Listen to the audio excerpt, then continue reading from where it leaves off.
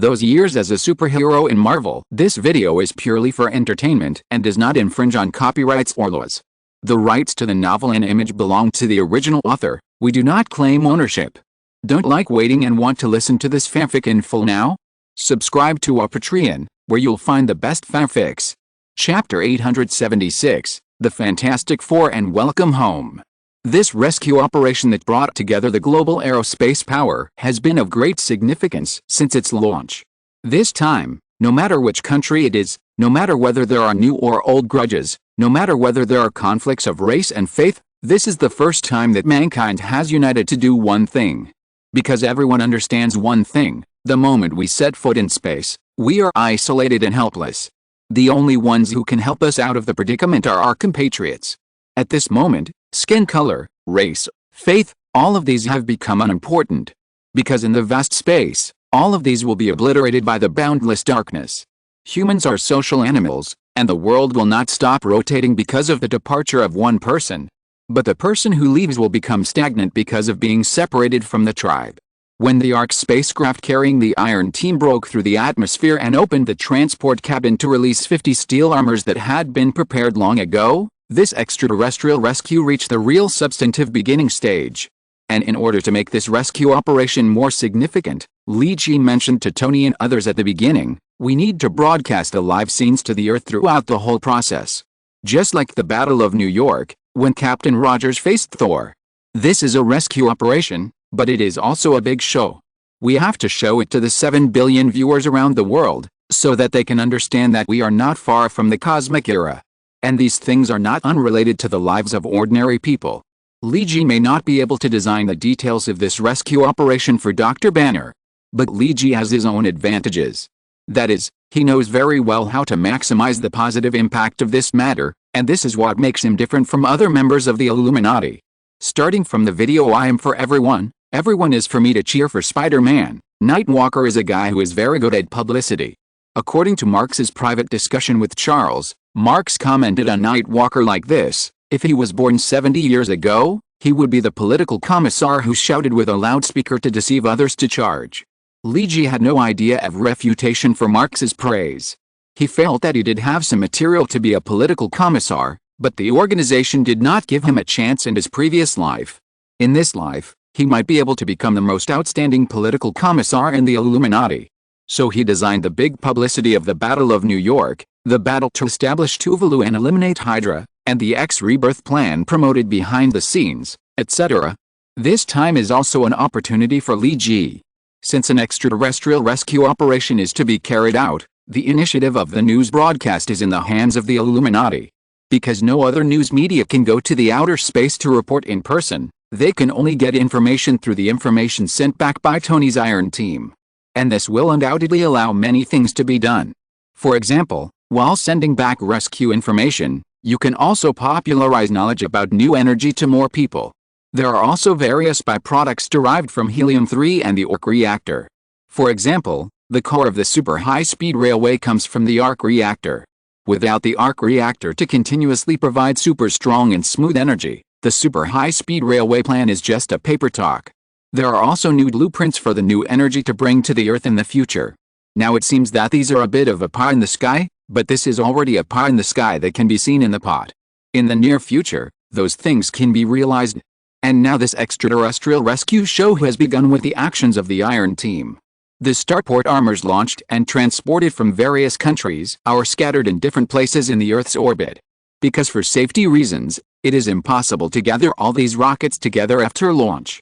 A high-speed collision in space is more terrible than being hit by a large-caliber armor-piercing projectile on Earth.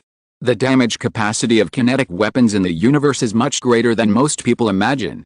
The 50 engineering steel armors left the Ark II spacecraft at a high speed the moment the hatch was opened and began to move towards their goals. These steel armors, which were originally used on Earth, were temporarily equipped with space plugins. Fortunately, they were unmanned, otherwise Tony would not be able to convert all these armors into space use in such a short time. Just as Li Ji said to Magneto, this rescue operation looks very similar to assembling Lego. Pieces of armor pre-assembled parts were collected from various places and then pieced together continuously. Li Ji, who was observing everything in secret, Felt as if he was watching people assembling Gundam models. When a steel plate is combined with another steel plate, I have this feeling in a trance. Well, this is the A1 plate that needs to be combined with a B12 plate. Oh, glue is needed, steel plate welding. Isn't this made by Toyo Bandai? The combination is very poor. Wow. The glue doesn't blend, the welding strength is not enough. What kind of material is this? Even Tamiya white cover glue can't handle it? Force me to use a big move. Support the upper back plate, add putty, and add 502 glue. All the above things are done by Magneto. It is still a bit difficult to completely build a safe haven for Dr. Reed and his friends in more than 10 hours with only 50 steel armors. Especially they have to collect materials from everywhere. But fortunately, Lee Ji has a cheating level Magneto in his hands. If there is something that the steel armor can't handle, let the legendary blacksmith take action. Anyway, the control of the camera of this global live show is in Lee Ji's hands. As long as the camera is moved away, no one can find that Magneto has used some subtle abilities. This is the charm of editing. Are we cheating? Isn't it not good for us to deceive everyone's feelings like this? Professor Charles looked at the news anchors with extremely heavy tones on the TV news screen, and the people who lit candles in squares around the world to pray for Dr. Reed and his team. He suddenly felt a little uneasy. Tony and Captain Rogers have returned to Earth to mediate between the parties. Now only Dr. Hank and Dr. Banner are accompanying the professor at the Venus base. Dr. Hank pushed his black-framed glasses. It's not your fault. This is not the first time that Nightwalker has done this. He doesn't care, so what do you care about? Dr. Banner asked Dr. Hank with some curiosity. What's not the first time?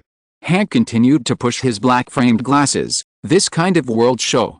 He has done it many times and is familiar with it. I doubt whether there is anyone in the world who can compare with Nightwalker in thickness. Starting from the first time, Dr. Hank began to list Lee Ji's glorious deeds, and Dr. Banner was more and more surprised the more he listened. He couldn't help but interrupt Dr. Hank. Wait. Let me make one thing clear first. Are we talking about Nightwalker? Not a supervillain, I don't know. Dr. Hank nodded seriously. Yes, it's Nightwalker. I'm sure that no one in the world can replace him to do these things. Dr. Banner touched his hair. Was it right or wrong for him to join the Illuminati? The person who invited him didn't seem to be as good as he thought. But the great loyalty seems to be treachery, and the great treachery seems to be loyalty. Superheroes and supervillains may not be able to be distinguished sometimes. Who cares? Lee Ji doesn't care anyway. And when Lee Ji watched Magneto happily assembling the model called Starport Sky City Space Fortress Kit, time passed by. Just 10 minutes ago, Magneto cooperated with the iron armor to complete the assembly of the last plate, and at the same time, Dr. Reed and others' Ark No. 1 spacecraft had begun to slowly enter this space haven. This solar wind will not blow directly to Ark 1. Dr. Reed and others will not mutate because of the solar wind, and the Fantastic Four will not appear.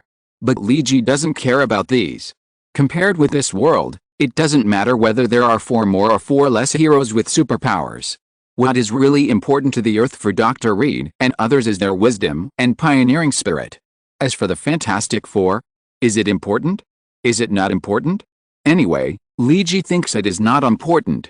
The world needs heroes, but what it needs more is the spirit of heroes, not a group of ordinary people with superpowers or even selfish ghosts. Without superpowers, Dr. Reed and others can still be superheroes in this world. Lee Ji watched Ark 1 slowly enter the space haven, and he whispered in this direction, "Welcome home."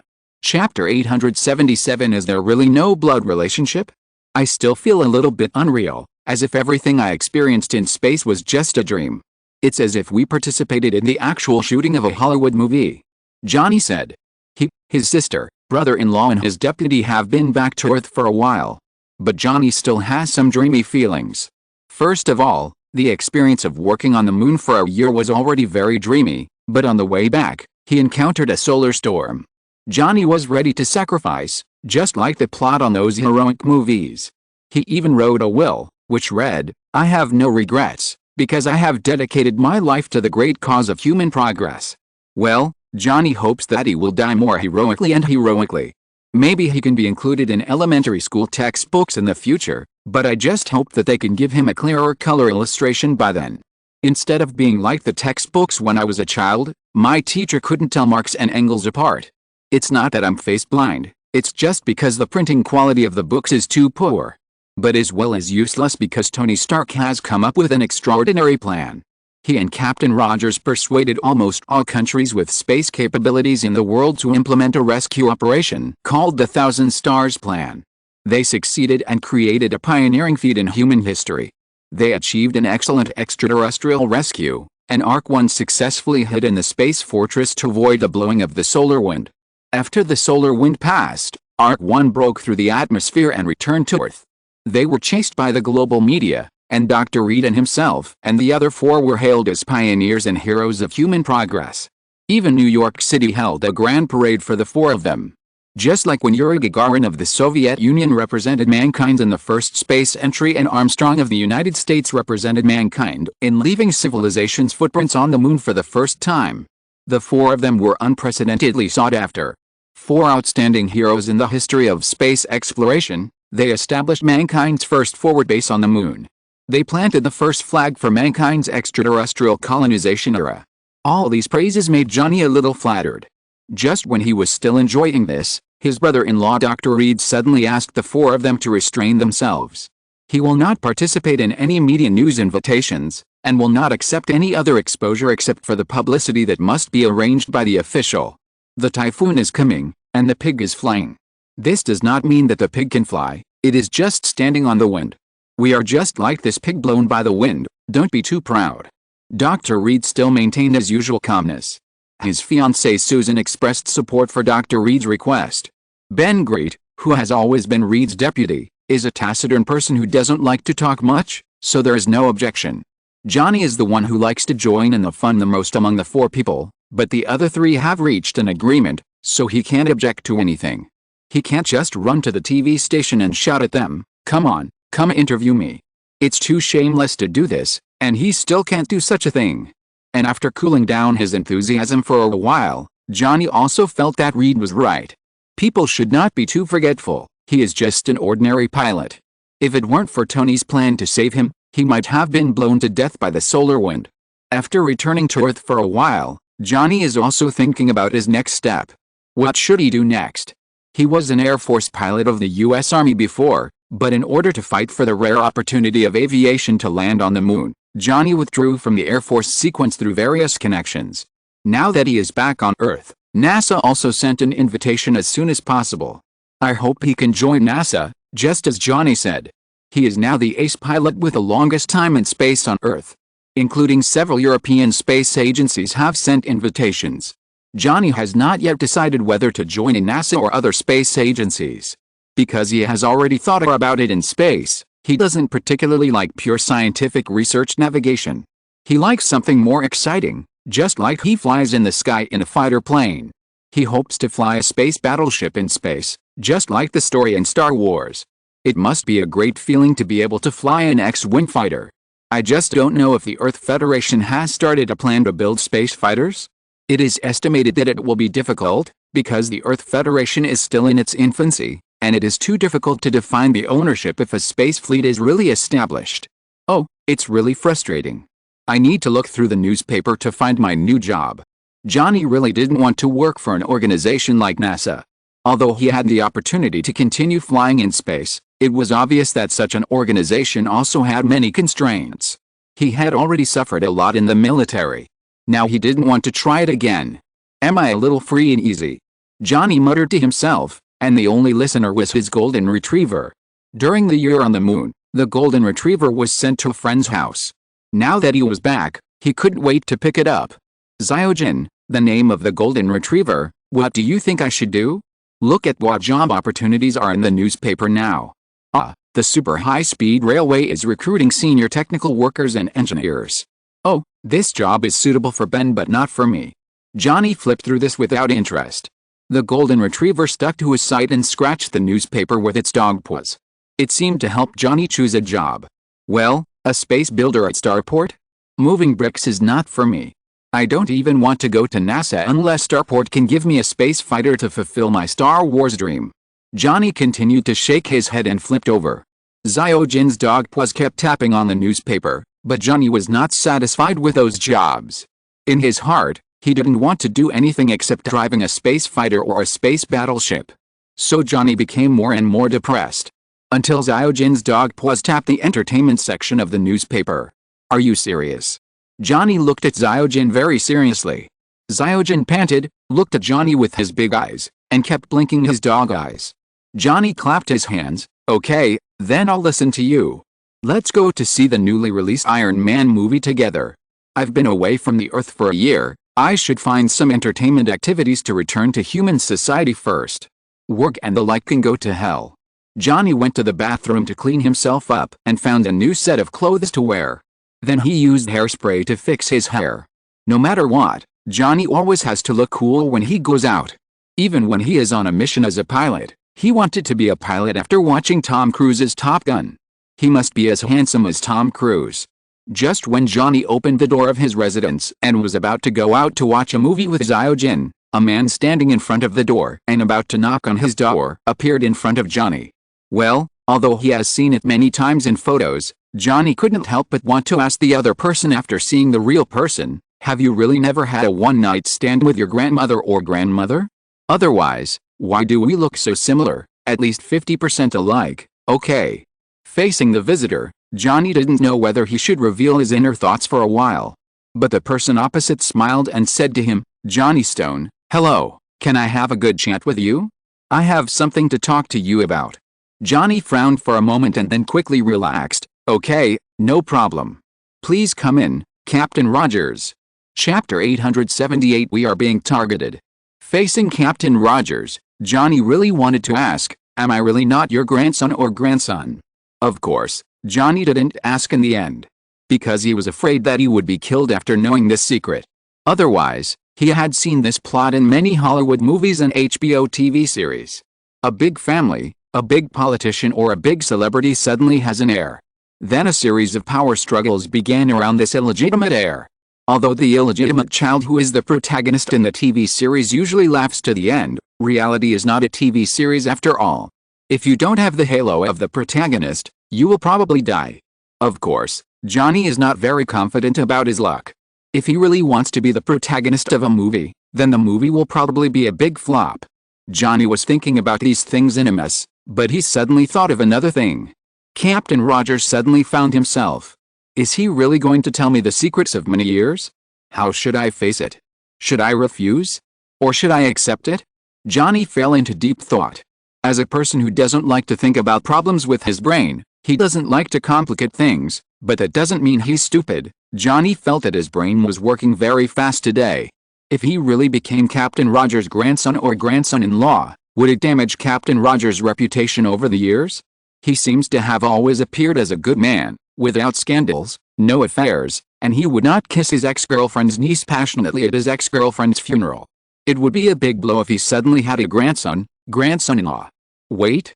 He's not here to kill people, is he? Johnny instantly thought of a terrible possibility, and his hair stood on end. So this is my idea. What do you think, Johnny? Captain Rogers said to Johnny, while also looking at the young man opposite. Is this guy really not his distant relative? He does look a bit like him. Just like the gossip that came out of Hollywood last time, an actor named Chris Evans looks 4 or 5 points similar to himself. Those entertainment paparazzi have searched all of Chris's ancestors just to find a connection with him. However, after several months of news coverage, nothing was found.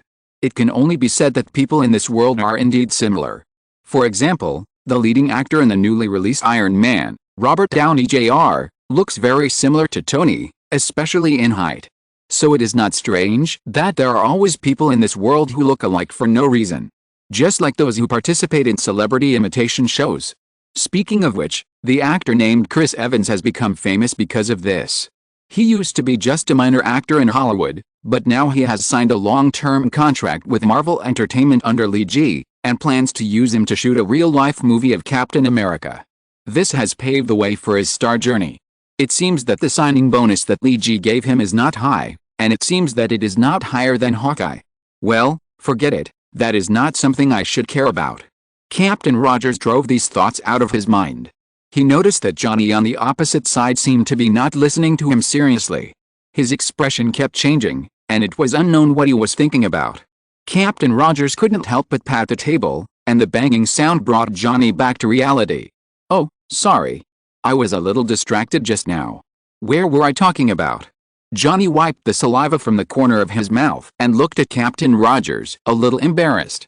Captain Rogers looked at the arrogant Johnny and the silly golden retriever sitting at his feet. He sighed. It's true that people raise pets like them. But since he's here, he still has to make things clear. Because this is Johnny's brother-in-law who came to plead for his brother-in-law. I mean, as the ace pilot with the longest time in space in the world. "Johnny Stone, are you willing to become a space warrior?" Captain Rogers said. What he said made Johnny a little dazed.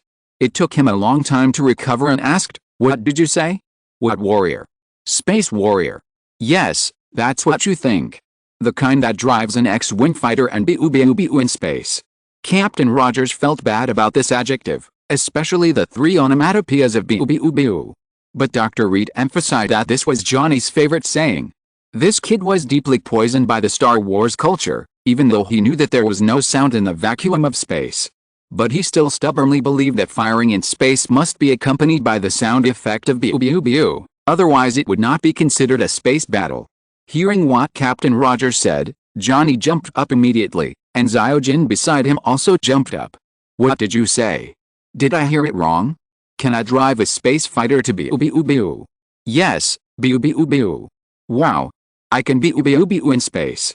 Johnny happily picked up Zyojin, and the man and the dog together were as happy as a child weighing more than 200 pounds.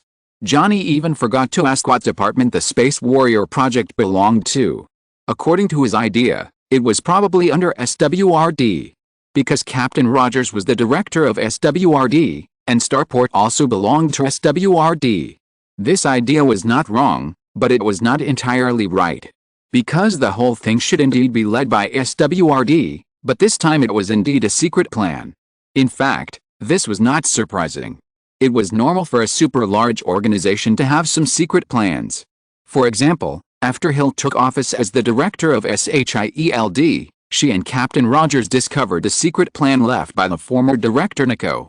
He wanted to form a Skynet plan or something. However, after repeatedly weighing the pros and cons of this plan, the two decided to temporarily stop the plan. And the construction of Starport has just begun. Why is it so urgent to get Earth's own space fleet? In fact, this came from a secret talk between Dr. Reed and Tony Stark before. After returning from the moon and finishing all government entertainment, Dr. Reed quietly found Tony. "I need to talk to you in detail, Tony. I need to find a secret place," Dr. Reed said to Tony with a serious face. Although Tony was sometimes out of tune, he knew the priorities. When he brought Dr. Reed to his laboratory in Stark Group, Dr. Reed immediately said without waiting for Tony to ask, "It sounds incredible, but I want to tell you that this solar wind is not an accident, Tony." Dr. Reed's expression was serious. "It sounds like I am crazy, and what I said seems to be crazy. So I don't know who to find to believe what I said, so I can only find you, Tony. This solar wind is actually caused by human factors, but I don't think there is any country on Earth that has the ability to affect the sun in this way. Don't think I'm crazy, Tony. Our solar system is now being targeted." Dr. Reed's eyes were burning. Chapter 879, A Hidden Story. "We are being targeted. I am not exaggerating," Dr. Reed said confidently, not joking at all. "Do you understand what I mean, Tony? I mean that we are being targeted by a powerful alien civilization. They may not have good intentions. Just like the guy who called himself Thor who appeared in the Battle of New York. At that time, I could only observe that guy through the video signal on the moon. When Dr. Red talked about the Battle of New York, Tony's eyes flashed a little unnatural. I have no intention of opposing Captain Rogers' approach at that time, because Captain Rogers' approach was probably the best one given the situation at that time. Temporarily appease the aliens or something. Because from the perspective of force, our Earth does not have the ability to compete with the other party. But is the other party really well-intentioned? I have a little doubt about this. Maybe the other party is just a vanguard of a civilization? They observed us and saw that we were powerless to resist their force. So they played with us slowly like a cat catching a mouse, and finally destroyed us." Dr. Reed's tone became more and more intense, and his speech speed became faster and faster. But Tony's expression became more and more embarrassed. Because Tony couldn't say to Dr. Reed, "Hey, Brother, these are just your wild guesses. In fact, that salty fish Sky is our good friend, and those terrible warships were all built by me. Well, that certainly can't be said. But now it seems that Dr. Reed thinks too much, and then he looks a little scared. Even things like solar wind are related to aliens. Tony pressed Dr. Reed's shoulder and said, "Okay, Reed, calm down. Maybe things are not as bad as you think. Don't you believe me? I thought you were the only person on Earth who could understand what I was saying." Dr. Reed didn't seem to have any intention of calming down. For such a Dr. Reed, Tony thought it would be better to let him say what he wanted to say. So Tony continued with Dr. Reed's topic. "Okay, then can you tell me in detail? How do you think you can connect the solar wind with aliens? This is an interstellar lock." Dr. Reed sat on the chair and reached out to Tony for paper and pen. He spoke quickly while writing and drawing on the paper. "The universe is huge, we all know that.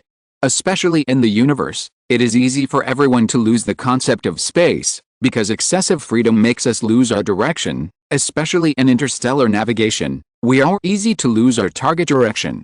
Dr. Reed's hands and mouth never stop. He has written many formulas on a piece of white paper. In fact, this solar wind came too suddenly. We didn't observe it before. We all think it was an accident. But what if it was not an accident? I have been thinking about this problem during the days I returned to Earth. That is, how should we determine the direction in the universe? In addition to the known target, how should we sail far away, to places we have never been to? Dr. Reed said this with his eyes shining. Tony Stark instantly understood what Dr. Reed meant. He touched his beard and said, "You mean relying on stars?" "Pa." Dr. Reed clapped his hands. "Yes, that's what I mean. In the dark universe, stars are natural lighthouses. They will guide us. Use stars and star systems as coordinates to judge and calculate how far your target is." Dr. Reed said very seriously. The sun was lit up as a beacon, and someone in an unknown place secretly touched the sun and lit it up in a way we don't know. And the solar wind is the message of the solar beacon to guide them. Someone is secretly spying on the Earth, and it is definitely not good intentions. After saying this, Dr. Reed began to write furiously. It took him more than 10 minutes to write out the entire formula and derivation of his calculations, and then put it in front of Tony. Tony realized that what Dr. Reed said was not a lie, but something that really had practical possibilities. Tony took the formula derived by Dr. Reed and began to read it carefully. It was only a thin page of paper, but Tony read it for a long time. After 40 minutes, Tony put down the piece of paper. Now Tony's face has changed. He no longer has a sense of relief, but an extremely solemn expression. He spoke in a hoarse voice that he could hardly believe himself. "If what you said is true, there are other civilizations that are eyeing us, and they are super civilizations with interstellar navigation capabilities. Even a civilization that is more powerful and terrifying than the civilization that appeared during the Battle of New York. Are they kind or malicious? Our civilization has been exposed." Dr. Reed clenched his fists and stared at Tony. "I need your help, Tony. I have no credibility in front of leaders of various countries. Many people regard me as an arrogant scientist who only knows how to study science and even likes to talk big. You have to help me find a way to convince those leaders that we should activate the crisis emergency plan." Dr. Reed took a deep breath. Maybe the Earth will face the biggest crisis in history. Although Dr. Reed said it was extremely serious, Tony suddenly felt fortunate. Because under Li Ji's urging and unwillingness to give in, the manufacturing work of the Venus fleet has never stopped. And the Solar System Defense Circle Plan has not stopped. If all that Dr. Reed said really happened, and it was really malicious aliens who invaded the Earth would not be powerless to fight back. I just don't know if the other party's civilization level is something that I can contend with. Tony has decided to pass this message back to the Illuminati and speed up the construction of the Venus fleet. The Solar System Defense Circle Plan also needs to be accelerated. And Tony is still a little curious. He saw that Dr. Reed was a little stubborn when talking about aliens. That kind of firm attitude was a bit unlike the attitude of a scientist who was based on questioning. Tony couldn't help asking, "Dr. Reed, I understand what you said, and I need to think about it. But there is a question. I really want to know why you are so sure that it is an alien civilization and think that alien civilization has malicious intentions." Dr. Reed looked at Tony. His heart was struggling, but he made up his mind after a short struggle. A long-forgotten past is about to be revealed. Dr. Reed said calmly, I had a fight with a group of aliens a long time ago. But I never talk about it with other people because there is no evidence and everyone thinks I'm crazy. If you believe what I'm going to say next, then I can tell you everything." Tony looked at Dr. Reed in surprise. "Have you ever had contact with aliens?" "First kind of contact. Friendly or unfriendly. Not a pleasant experience." "What happened?" "I should say I killed them all." Tony swallowed. He was ready to hear a secret. Chapter 880, The Courtship of Male Humans. It was a summer in the 1990s, the exact date is unnecessary. Reed, who was still in college at the time, was conducting a field survey. This was part of his graduation thesis. "Reed, do we really need to travel so far to do this?" The girl with beautiful blonde hair was Susan Stone. She was the most beautiful girl in Reed's college, and almost all the boys in the department were trying to pursue her, including Reed. The project team just happened to assign the two of them together, and Reed thought it was a very good opportunity. Together, the two of them would stay away from the college's crazy bees and butterflies who were plotting against Susan, and then they would travel along Mile 66 through the magnificent wilderness of California. Driving their Ford pickup truck, Susan sat in the passenger seat. While listening to Whitney Houston songs, the two of them discussed some academic issues, and of course it would be best if they could say sweet words. It would be even better if something happened between the two of them outside of this academic research. As a young boy, Reed thought that life was beautiful, very beautiful, beautiful like a dream. Of course, life is not a dream. Some people often say that dreams and reality are opposites.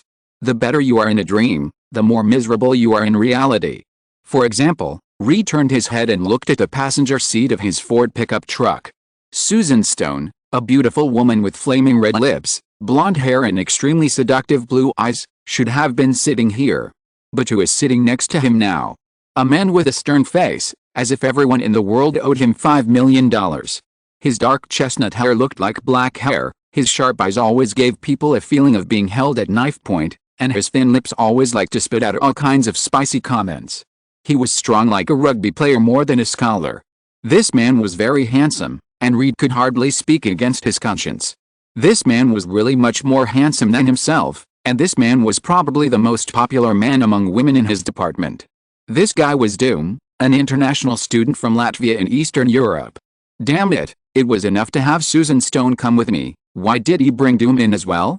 I spent a lot of money to treat my mentor to a meal a few days ago so that he would put Susan in my group. This old bastard, cough, the mentor actually broke his promise. Now, there was not only Reed and Susan sitting in the Ford pickup, but also an annoying Doom. Although he seemed to be looking out the window at the magnificent scenery of California, he had no desire to chat with Susan and Reed. But because this guy was handsome, had a cold temperament, and his IQ was not inferior to his own, Reed had already vaguely sensed Susan sitting in the back seat, and her eyes unconsciously drifted to Doom. That old wang, cough, the mentor arranged such a charming man with me. What could I do to attract Susan's attention? Just like all males pursuing female mates during the estrus period, young Reed was turning his brain quickly, hoping to find a suitable way to attract Susan's attention. This is just like the male peacock and the male mandarin duck want to dress themselves up with extremely beautiful feathers. The peacock's open tail and the male mandarin duck's beautiful feathers are all proving one thing. The most coquettish animals in the world are always males, and humans are no exception. For example, stockings were first invented for male humans to wear. So some male humans still wear stockings now. Please don't be surprised, they are just recovering the coquettishness of their ancestors. Reed, do you hear me? What are we going to do in such a remote place? Susan frowned her beautiful eyebrows and looked out the window. Now Reed has driven off the main road, and the Ford pickup truck bumped on the gravel road in the wilderness. There is no village in front and no store behind. Susan couldn't figure out what Reed wanted to do. Susan glanced at Doom, who was sitting in the passenger seat. In fact, Susan and Doom had a better relationship than Reed. Although Doom looked very cold, didn't like to talk, and looked like a stranger was not allowed to come in. But he was still a good person in essence, just a little paranoid occasionally. Everything else was good. Actually, after Susan learned from Lao Wang, her mentor, that she and Reed were assigned to the same group, she had already guessed that this was Reed's trick. Because she saw Reed invite her mentor to a high-end hotel for dinner, it was not difficult for her to guess that Reed wanted to pursue her. Now Susan and Reed are not that familiar with each other. She also knew that this research included a field survey, so for her own safety, Susan found her friend At least is tall and strong. If Reed has any bad intentions, can help her stop him. Reed didn't know that his wolfish ambitions had been seen through by his goddess, and he was still trying to show off himself. Just like a male peacock trying to show off his tail feathers. This is a special place I found a long time ago. I have been conducting experiments here for almost 3 years. If it comes to field ecological research, there is no place more suitable than this place I found. Reed showed off to Susan and with some pride. You'll understand when you see it later. Susan also became interested after hearing Reed's serious and proud words. After all, Reed is the smartest person in the entire college. And who was sitting in the co-pilot, just snorted softly. I originally wanted to keep the secret to myself, but now for Susan, I must show my true strength. Young Reed thought so. Because who was sitting next to him, gave him a lot of pressure. Because from the behavior, Susan and were obviously closer. Although it didn't look like a boyfriend-girlfriend relationship, but in terms of the attitude of ordinary friends, Susan was closer to than to herself.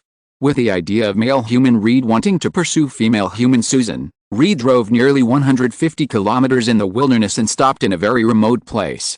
In front of Reed and the other two was a huge rock, which was as big as a small mountain. This kind of red rock mountain is not uncommon in California. After hundreds of millions of years of weathering, these rocks have been carved into various strange shapes. If an artist with a wild imagination comes, he can probably see dozens of different forms of things from these rocks. Reed and his 3 companions are scientists rather than artists, and they are more concerned with rigorous academic issues.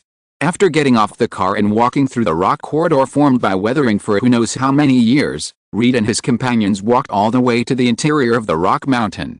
Although the rock mountain looks huge on the outside, it is a hollow structure inside. Those rock pillars cleverly support the weight of the entire mountain and prevent it from collapsing, while also reserving space for the interior. It's like an excellent architectural engineer did it on purpose. Susan couldn't help but exclaimed, "It's really beautiful." Male human Reed couldn't help but smile proudly. Don't be in a hurry to admire it, because what you'll see later will make you smile from ear to ear. As he spoke, Reed took and Susan to a deeper place and walked through the natural rock corridor that was like a maze. A cave leading to the underground appeared in front of the 3 people. Seeing the cave, Reed's eyes flashed with excitement, and even as a male human, he forgot to please the female human. Without saying anything extra, Reed climbed down along the steps he had dug out over the years. Susan and looked at each other and followed Reed to climb down. They didn't know how long they had been walking down. Susan guessed that they might have reached a depth of 1 or 2 kilometers underground, but she was surprised that she didn't feel any shortness of breath. Frowned, and he also noticed this. And the deeper they went, the more they found that there seemed to be light at the bottom of the cave instead of darkness. The air seemed to come from there. When Susan and climbed to the bottom of the cave together, Reed opened his arms and welcomed them. "Welcome to visit my secret garden." It's the first time they welcome other visitors. When Susan entered this large natural cave underground, she was stunned by what she saw, and even opened his mouth and was a little speechless. Susan spoke after a long while, her voice trembling. "What is all this?" Male human Reed was as proud as a peacock. "This is the research I am most proud of over the years, simulating a complete ecological evolution circle in a closed environment." Behind Reed, a world beyond Susan's past cognition appeared in front of her. "PS, please vote, please subscribe. The subscription has dropped again these days. Everyone, please support me. Thank you very much." Chapter 881 The First Visit of the Skrulls. This is a natural cave, several kilometers underground. This is the place that young Reed found during a field expedition. He named it New Eden. There is no natural light here, but there are self-luminous plants. Reed pointed to the flickering fluorescent lights hanging upside down on the top of the cave. Susan and thought it was an artificial light source installed by Reed. These lights that look like stars actually come from a kind of fungus plant. They can emit weak light, but when they light up, they will provide basic photosynthesis like the artificial light we make in the laboratory. This provides the most basic light source for this ecological park, and because of these lights, underground fungi can grow. In fact, the main living things in the underground environment are these fungi.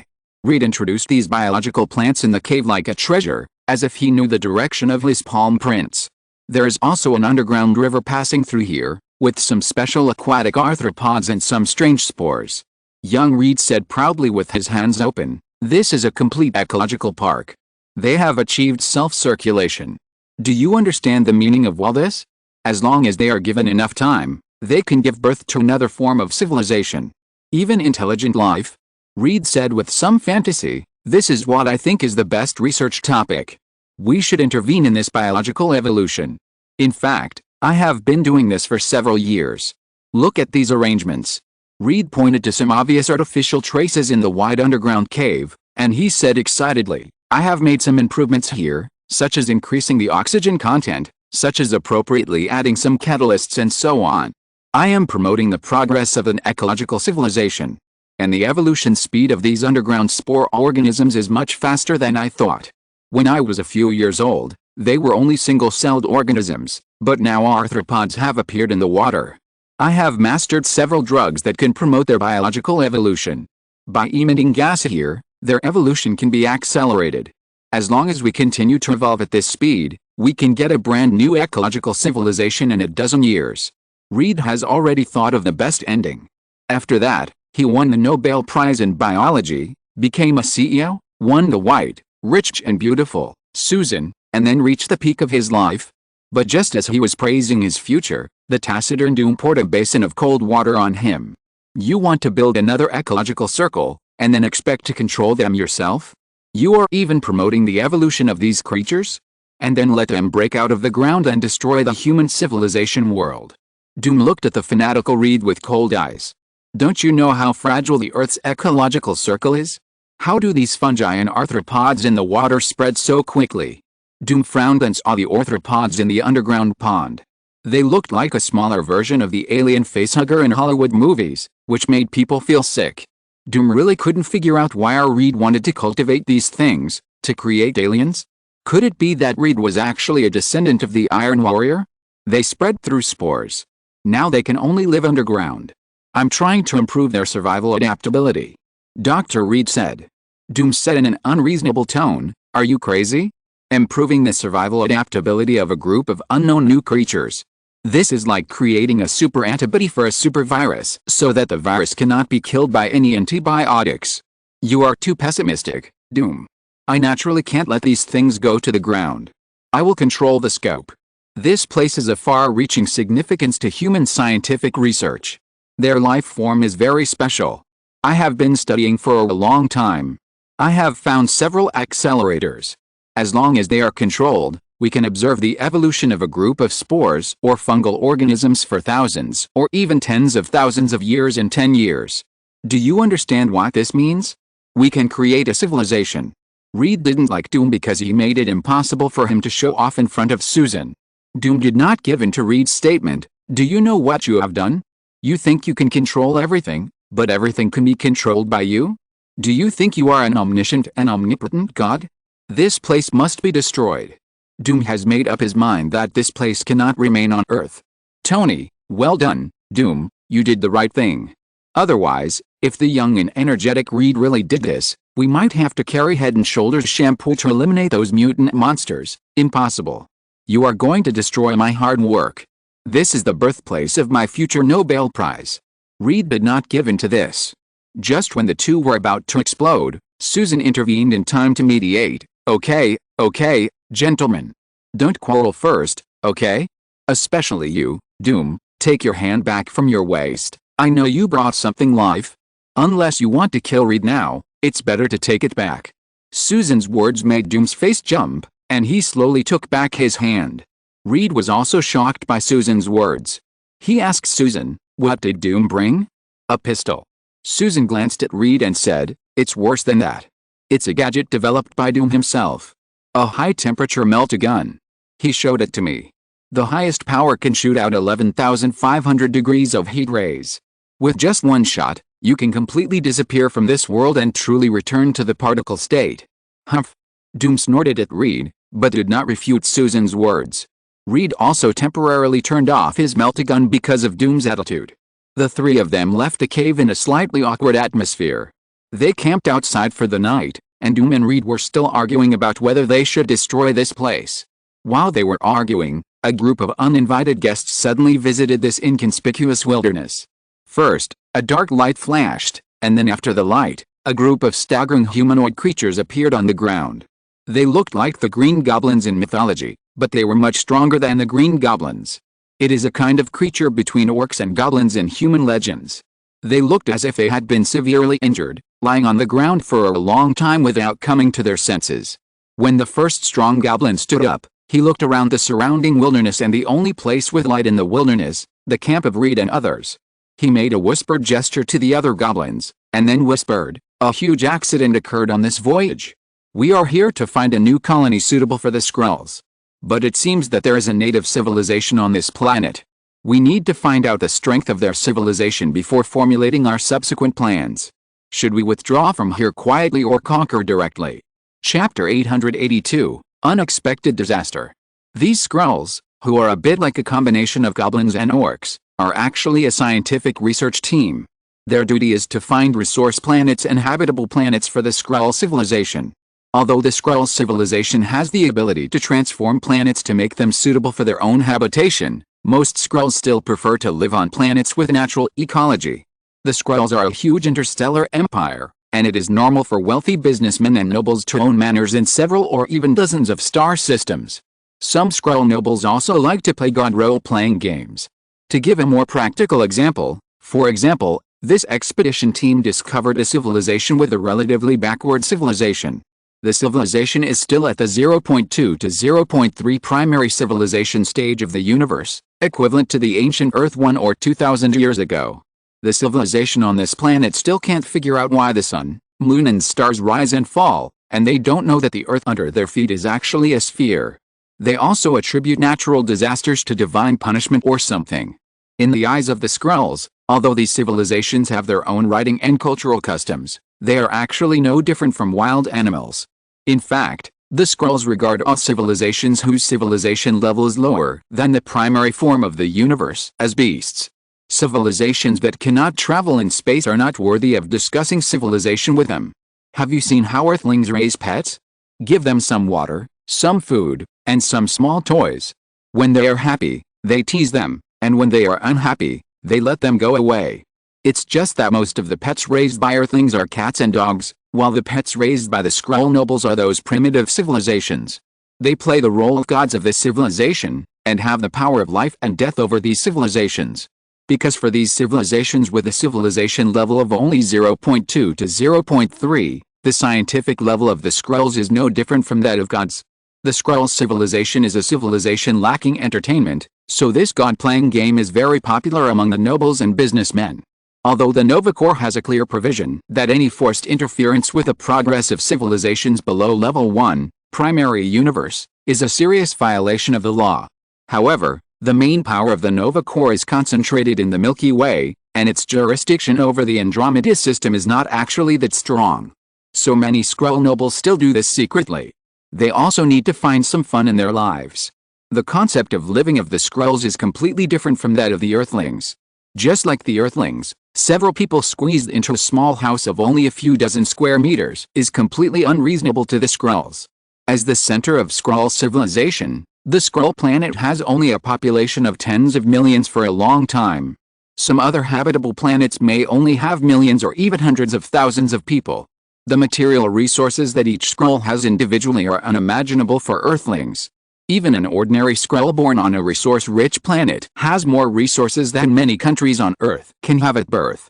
The Skrulls live more scattered and more self-centered. But on the other hand, the Skrulls also live more boring.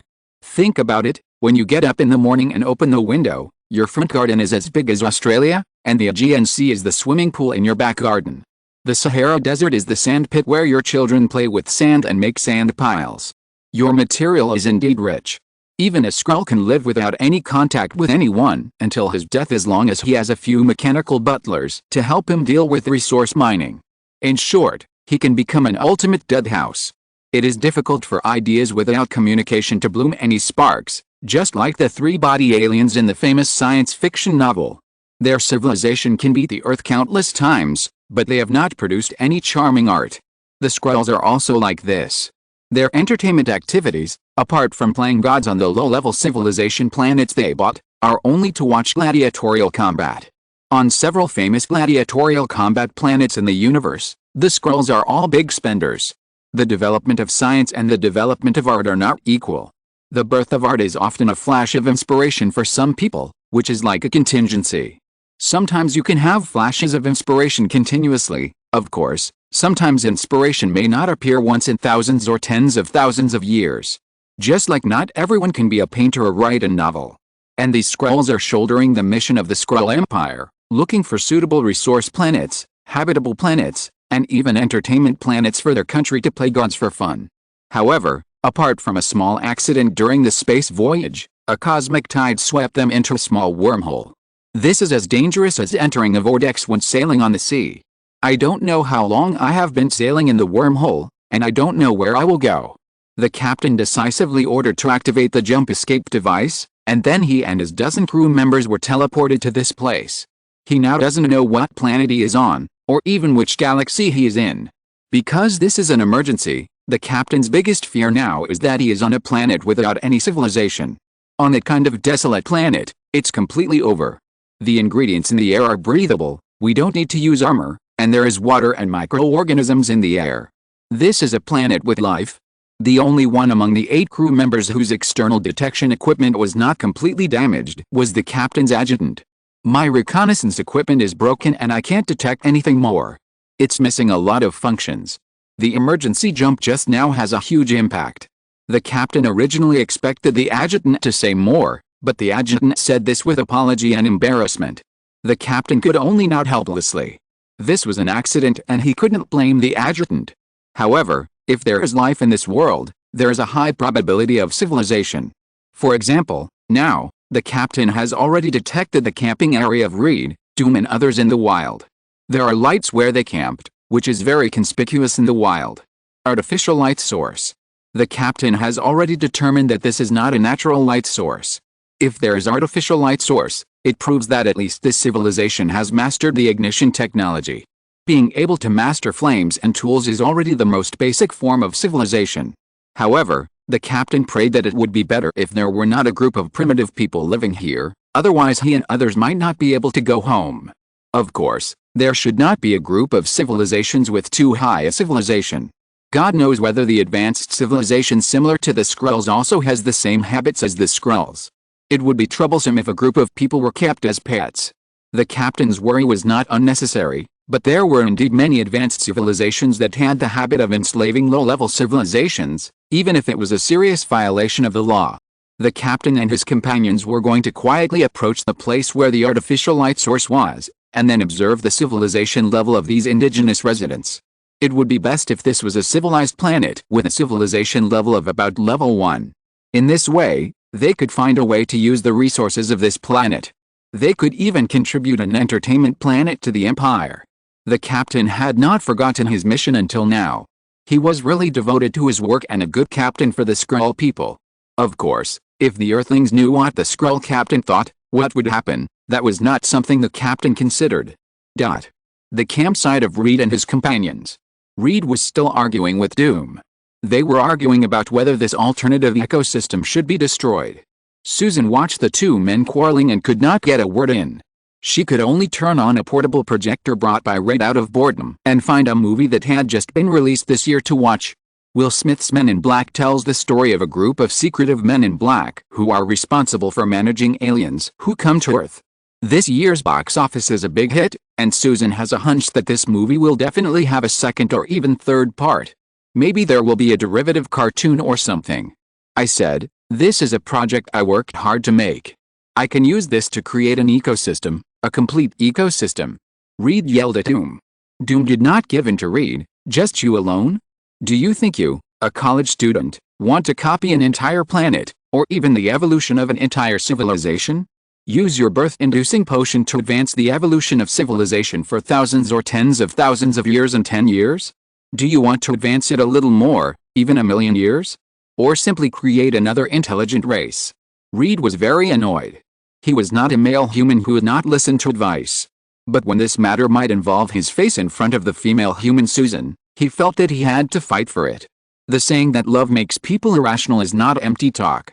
But you have to try everything. Do you know how much benefit we can get from doing an entire ecosystem evolution project for our graduation defense?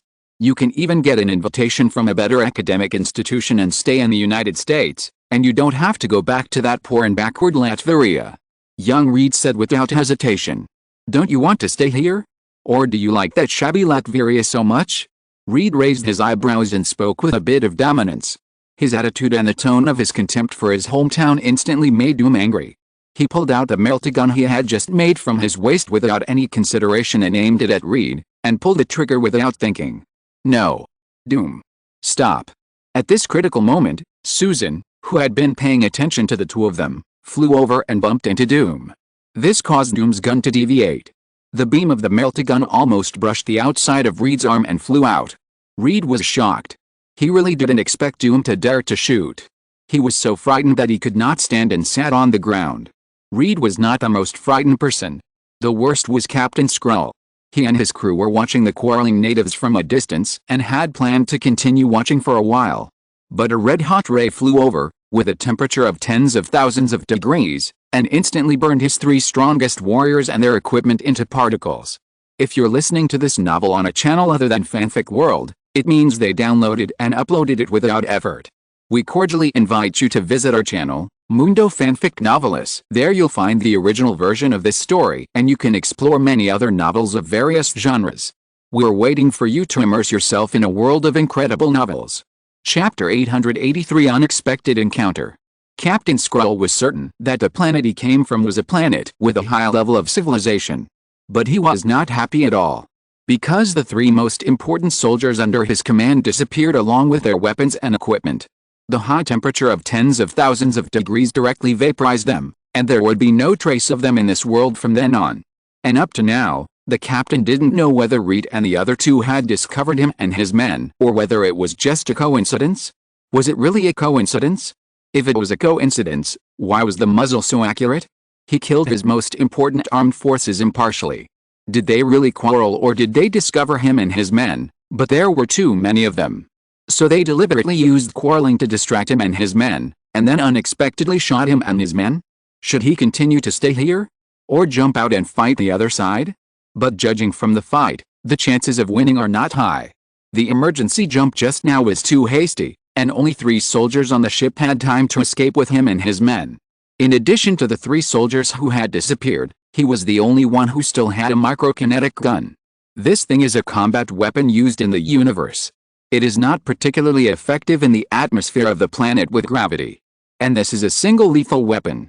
If the opponent's weapon hits me and others, it can instantly take away a group of people. Damn, it would be great if the special forces on the ship also escaped. Even if there is only one team, I don't have to be so passive now. Just when the captain was in a dilemma, his adjutant interrupted his thinking.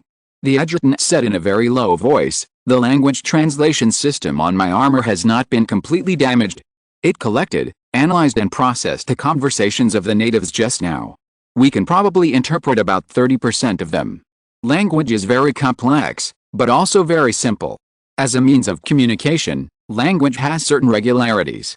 Because sound is used to represent meaning, some pronunciations will inevitably be repeated over and over again. For example, the sound made by pointing at a table is mostly table, not calling the table dad.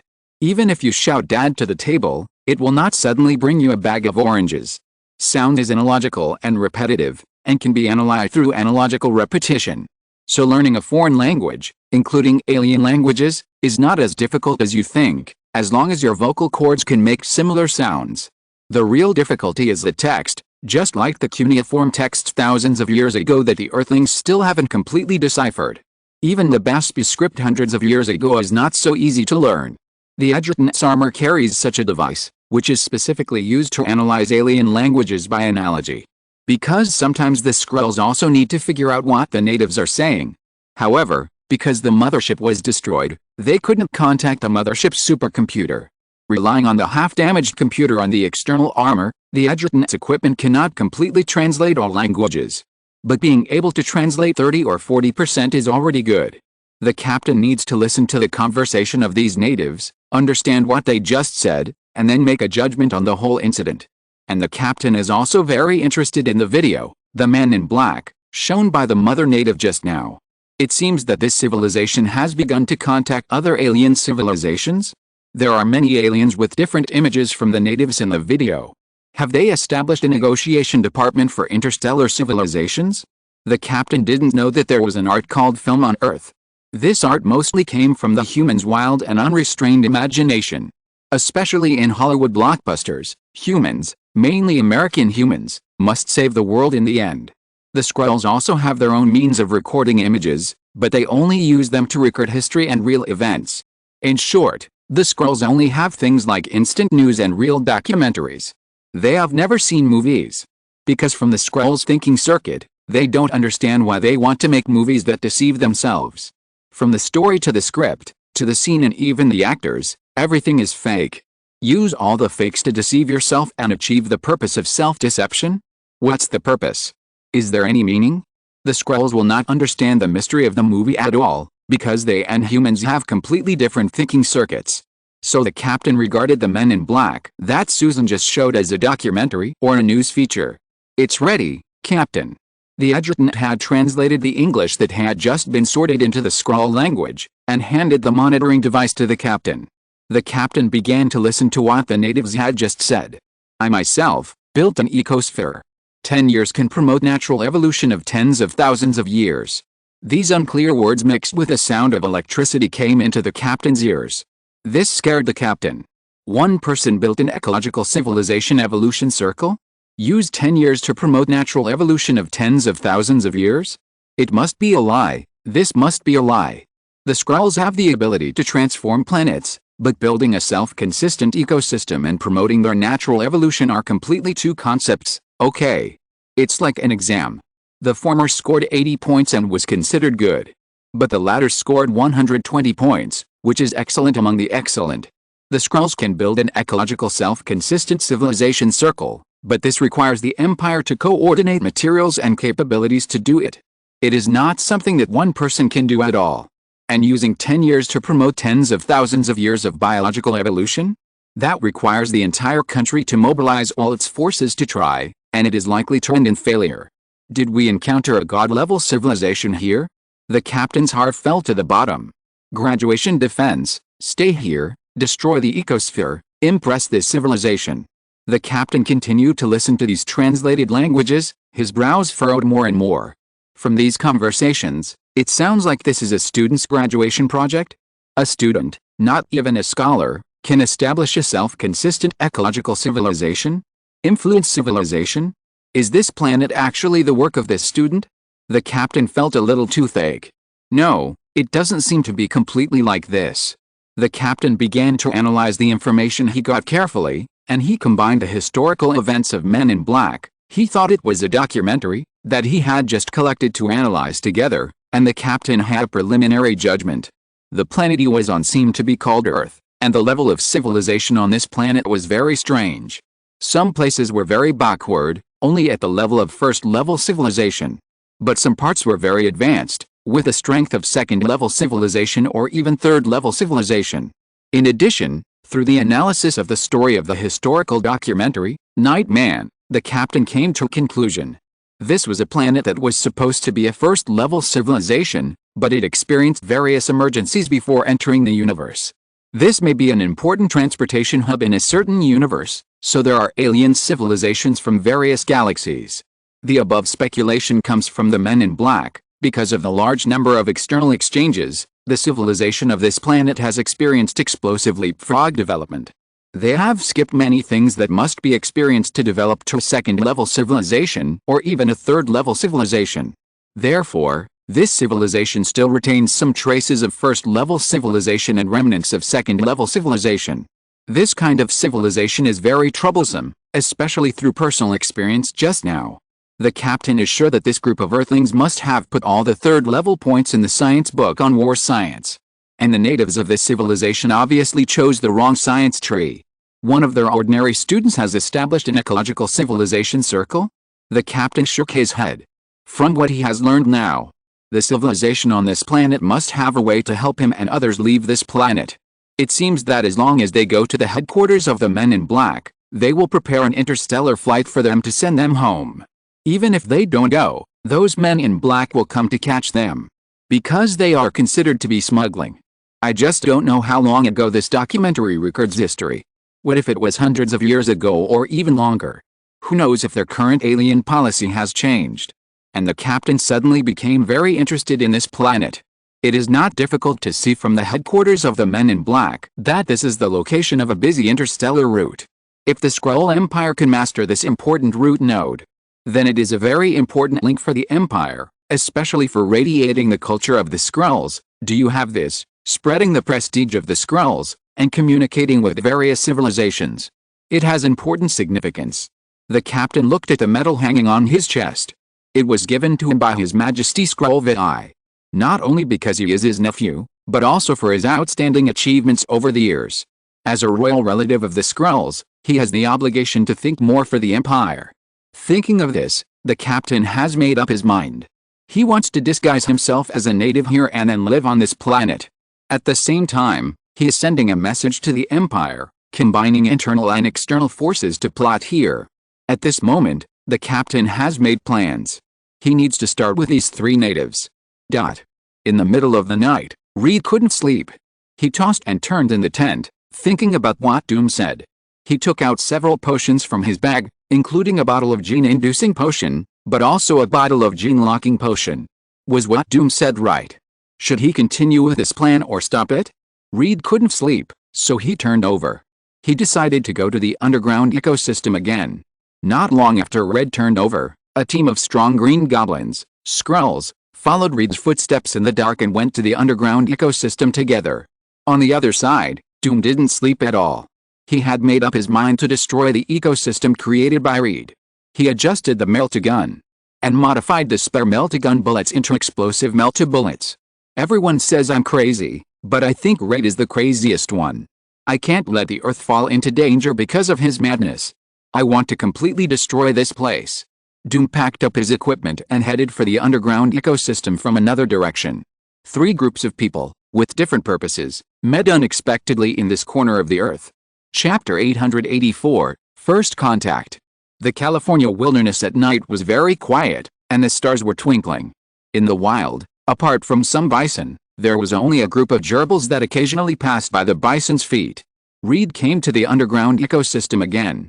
The birth of this place was an accident. Reed first discovered this place because he was tracking meteorites that fell from outer space. He found this place in the process of searching for meteorites. This fully enclosed and self-contained place. The fallen meteorites seemed to contain some kind of microorganisms, perhaps a spore with super purification ability. They quickly adapted to the environment here and began to reproduce here. At first, only some single-celled organisms could be found here. But today, in just a few years, fungi and aquatic arthropods have evolved here. How long did it take for the first small fish on Earth to evolve from paramecium? 1 million years or 2 million years? Reed shook his head. He really couldn't bear to destroy this place.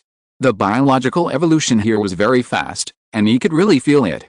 Maybe he could really see the supernatural evolution of a civilized ecological zone.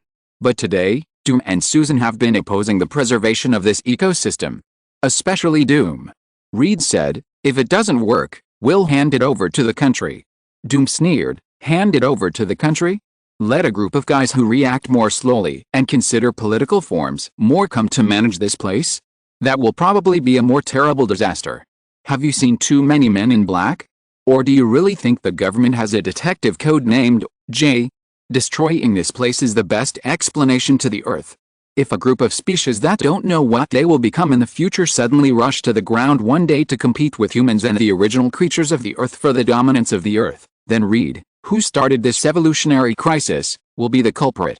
Reed is not a person who doesn't listen to advice. In fact, he has just been hot-headed over the years. He was blinded by the Nobel Prize in Biology that he might win.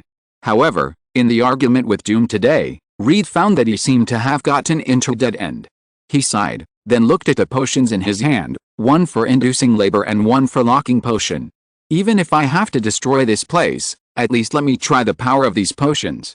After so much hard work, Reed has made a decision. He unsealed the potion. Captain Skrull and his team used the Skrull's shape-shifting characteristics to transform themselves into native creatures here, some small rodents, gerbils. Then they followed Reed to the underground ecosphere. This was an attempt at ecosphere evolution in a semi-closed state, and the captain was relieved. In this way, it can be understood. It seems that although the civilization of this Earth is very high, and ordinary students can conduct experiments on ecosphere evolution, but it has not yet reached the state of a desperate God-level civilization. It seems that the Earth civilization is still at the level of first-level civilization in some scientific levels, but some technologies have reached the level of the Skrulls. This is really a civilization with great leaps and bounds.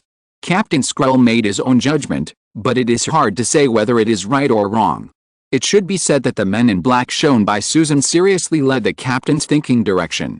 He still thinks it is a documentary. However, even if it is just a semi-closed ecosphere evolution study, the captain thinks that the civilization of this planet is very high. Especially when their transformed gerbils approached the underground pond, they saw those arthropods that looked like the larvae of the alien facehugger. The Skrulls were almost scared back to their original form. The adjutant whispered to the captain in a trembling tone, "Alien! Alien! I saw it, I saw it! It's the larvae of the alien!" Note, the captain was also shocked. How is it possible?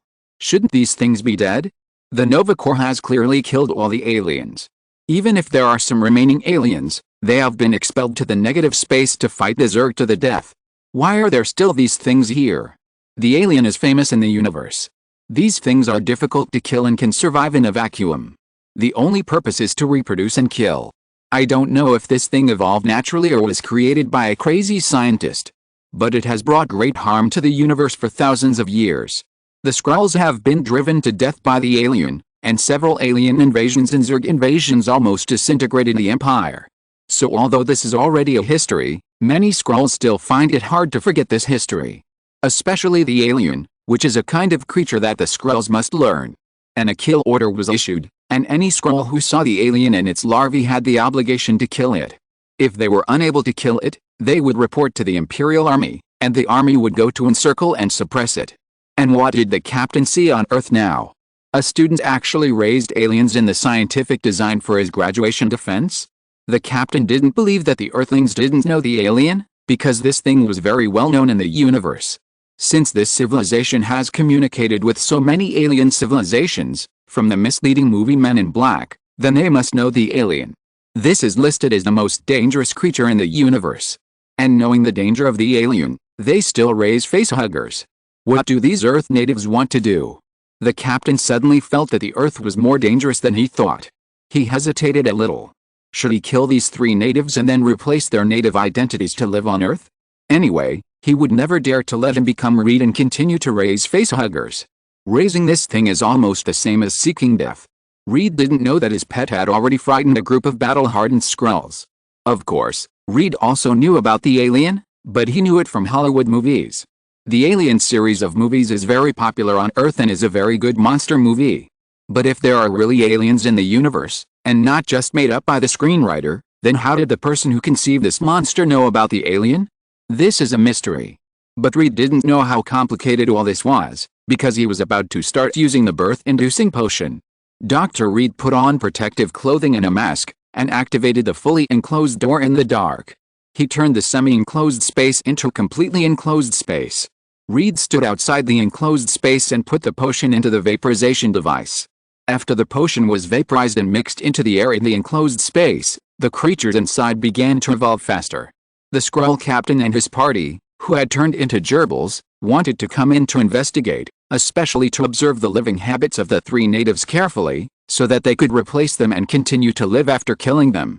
They were just trembling with fear from the alien facehuggers, and had not recovered yet.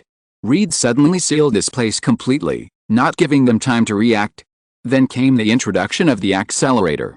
The introduction of the accelerator here was like dropping cold water into a pot of hot oil. In an instant, the entire ecosystem exploded. Some fungal plants began to change at a speed visible to the naked eye. The arthropods in the water that looked like facehuggers also began to become manic and squeaked. The tentacles of an arthropod happened to be in the middle of this team of gerbils. The gerbils that these Skrulls had turned into instantly thought of the terrible image of the aliens in those historical documentaries. Even the facehuggers were extremely cruel. Now that they had turned into gerbils, they were completely unable to resist the facehuggers.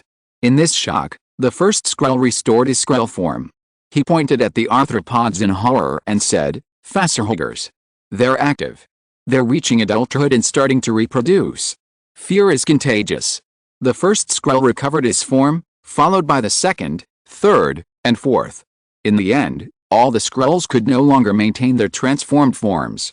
Reed, who was standing outside the closed door and observing the internal situation through a small window, was suddenly stunned. What was going on?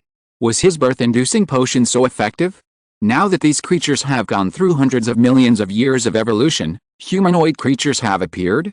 And they look like intelligent creatures. Just as Reed was in a daze, the humanoid creatures inside the closed door seemed to be extremely uncomfortable, and they began to scratch themselves frantically.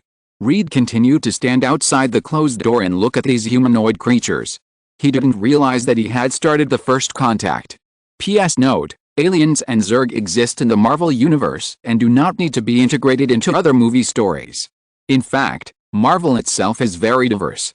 Almost all mainstream and non-mainstream ACG cultures you can think of are in Marvel, including werewolves, vampires, aliens, Jurassic dinosaurs, aliens, kung fu masters, ninja culture, etc. There is no need to integrate other movies or anything to write about Marvel. It comes with all the necessary themes. Chapter 885 Gone with the Wind is my Nobel Prize. Dr. Reed created such an ecosystem at that time. Tony was retelling the story he heard from Dr. Reed, and the leaders of the Illuminati were listening to him retell the story. Wait? Lee G interrupted Tony and said, "Why do I feel that this plot seems familiar? It seems that there was a big bad movie in Hollywood at the beginning of the 21st century with this plot. It was a B-level movie called Evolutionary Crisis." Tony shrugged. "I have doubts about this too," and asked Reed this question.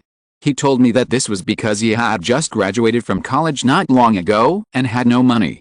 He was pursuing Susan and had to find a way to get research funds for the laboratory. All of these cost money. So he made some appropriate adaptations to this true story and sold the copyright of the script to a Hollywood film company in exchange for a fee of $30,000. So there was the movie we saw later. So this imaginative B-level movie is adapted from a true story? Think about it, isn't Reed, the wise and brave scientist in the movie, reflecting himself? Then the firefighter with strong limbs but a simple mind, who uses his hands more than his brain and has a bit of a clown image, is a reflection of doom? The only female protagonist is a reflection of Susan? In addition, a black person was added in for political correctness? Lee G touched his chin. Sure enough, this is what happens when you offend a writer. Wherever you go, no matter what you do, you will never forget to take revenge on you. For example, discrediting Doom in the plot of the movie. I wonder if Doom knows about this. If he knows, will the current Doom break Reed's legs? Lee G made malicious guesses, and at the same time, he was considering whether to tell Doom about this. Tony saw that Lee G had no problem, so he continued to tell the story. Reed looked at the Skrulls who suddenly appeared in the ecosystem in a daze, and his brain began to work rapidly. What happened? I just put in the induced potion, and then humanoid creatures appeared here? Did I promote the evolution of these creatures over more than a billion years? My Nobel Prize in biology seems to be secure.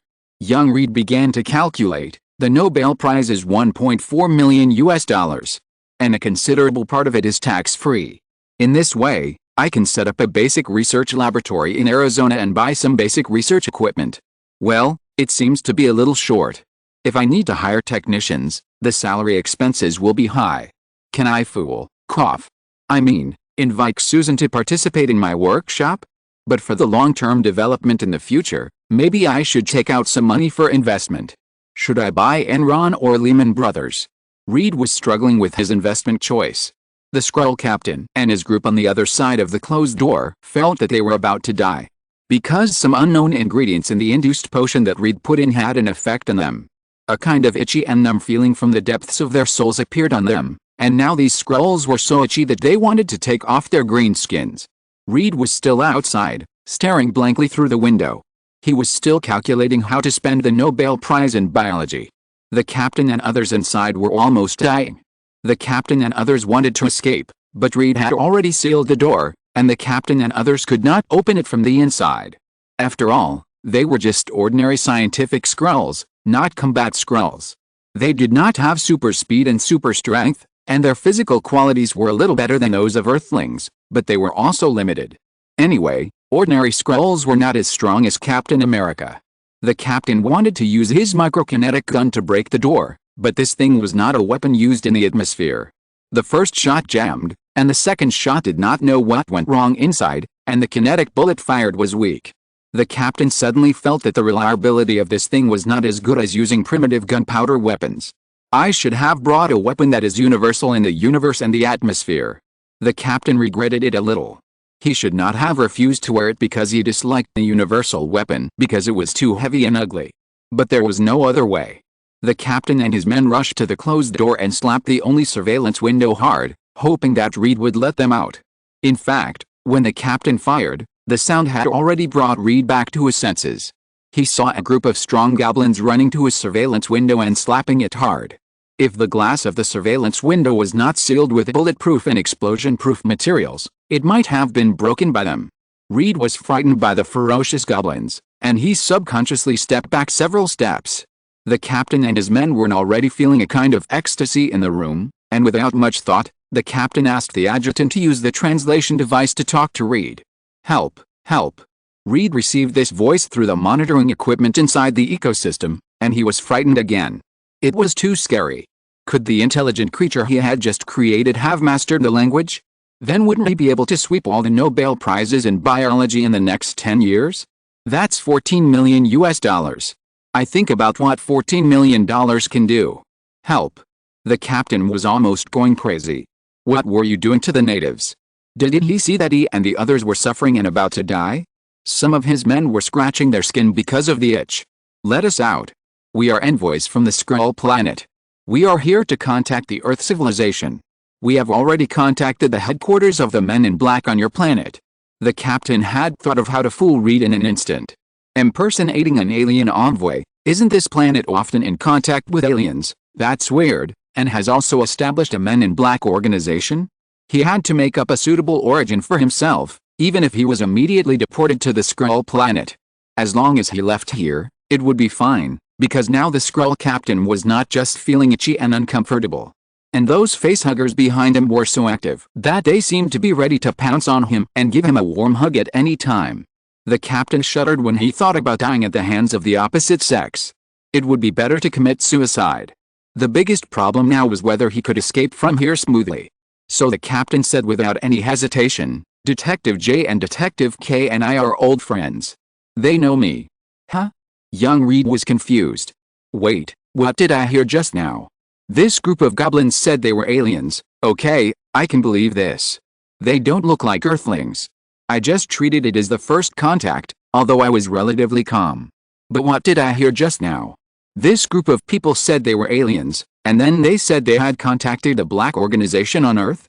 Well, maybe there really is a black organization in this world that I don't know about. This is a matter of course. But what did they say afterwards? They said they knew Detective J and Detective K? What the hell is that? Do you think I didn't notice the movie Susan watched at night? That's obviously a movie character. Young Reed looked at those anxious Skrull goblins calmly. He didn't have the excitement or confusion of ordinary Earthlings seeing aliens for the first time. It was as if he had seen it many times. That calm look made the captain want to tear him apart. Because they are really itchy now. Young Reed stood outside the door and asked the captain and his group calmly, "Detective J. I seem to be familiar with him.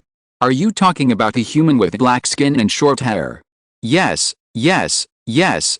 The captain nodded quickly. "I'm sorry to mistakenly enter your laboratory. We didn't mean to do this. We have filed a record with the Men in Black organization. You can notify them. We have no intention of offending a high-level civilization." The captain now just wants to leave the Earth as soon as possible. As for invasion, he didn't plan to stay on the Earth to die since he saw the facehugger. But the humiliation of begging for mercy from such a native must be avenged. The captain decided that as soon as he left here, he would announce to other civilizations the evil plan of Earthlings to raise aliens. I believe those civilizations will destroy the Earth before themselves. Reed still looked unhurt and asked Captain Skrull and others, "But how did you get into my laboratory? Don't you know that invading any laboratory of an advanced civilization is a serious diplomatic act?" Young Reed was complaining in his heart, "What a lie. What Men in Black, what Detective J, this is all nonsense, okay? Did this guy sneak a peek at my movie and think it was real? Can't these aliens even tell what a movie is?"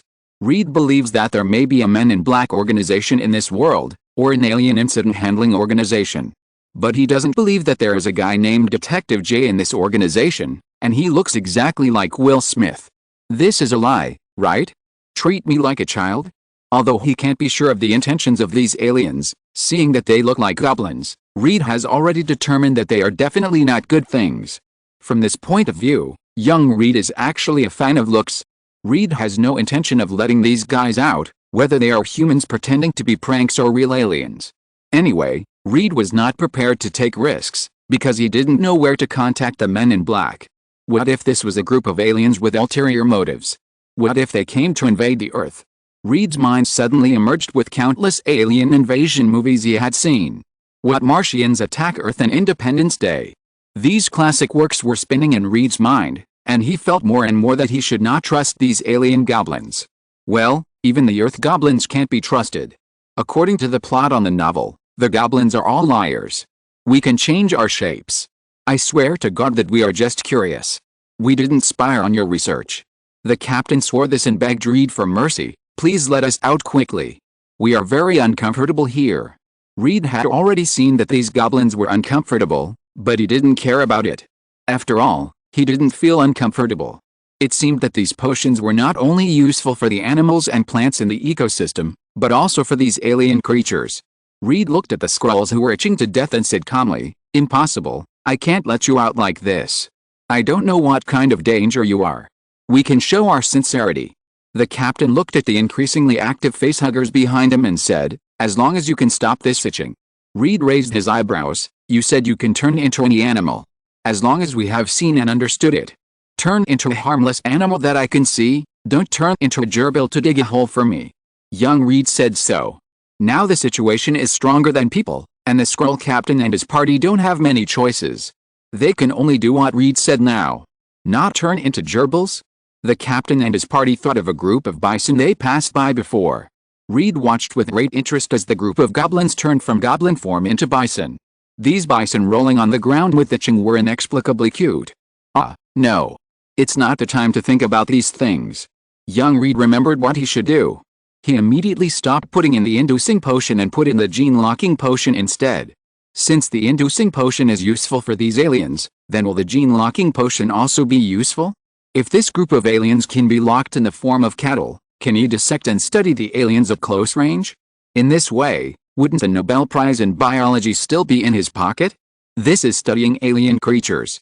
Reed thought so, but his hands were not slow. The use of the gene-locking potion instantly calmed down the ecosystem that was originally in a boiling state. The Skrulls, who were originally itchy to death, also felt much more comfortable.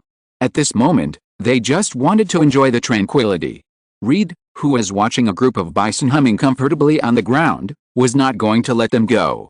He had to find a way to subdue them, and he certainly didn't have such force.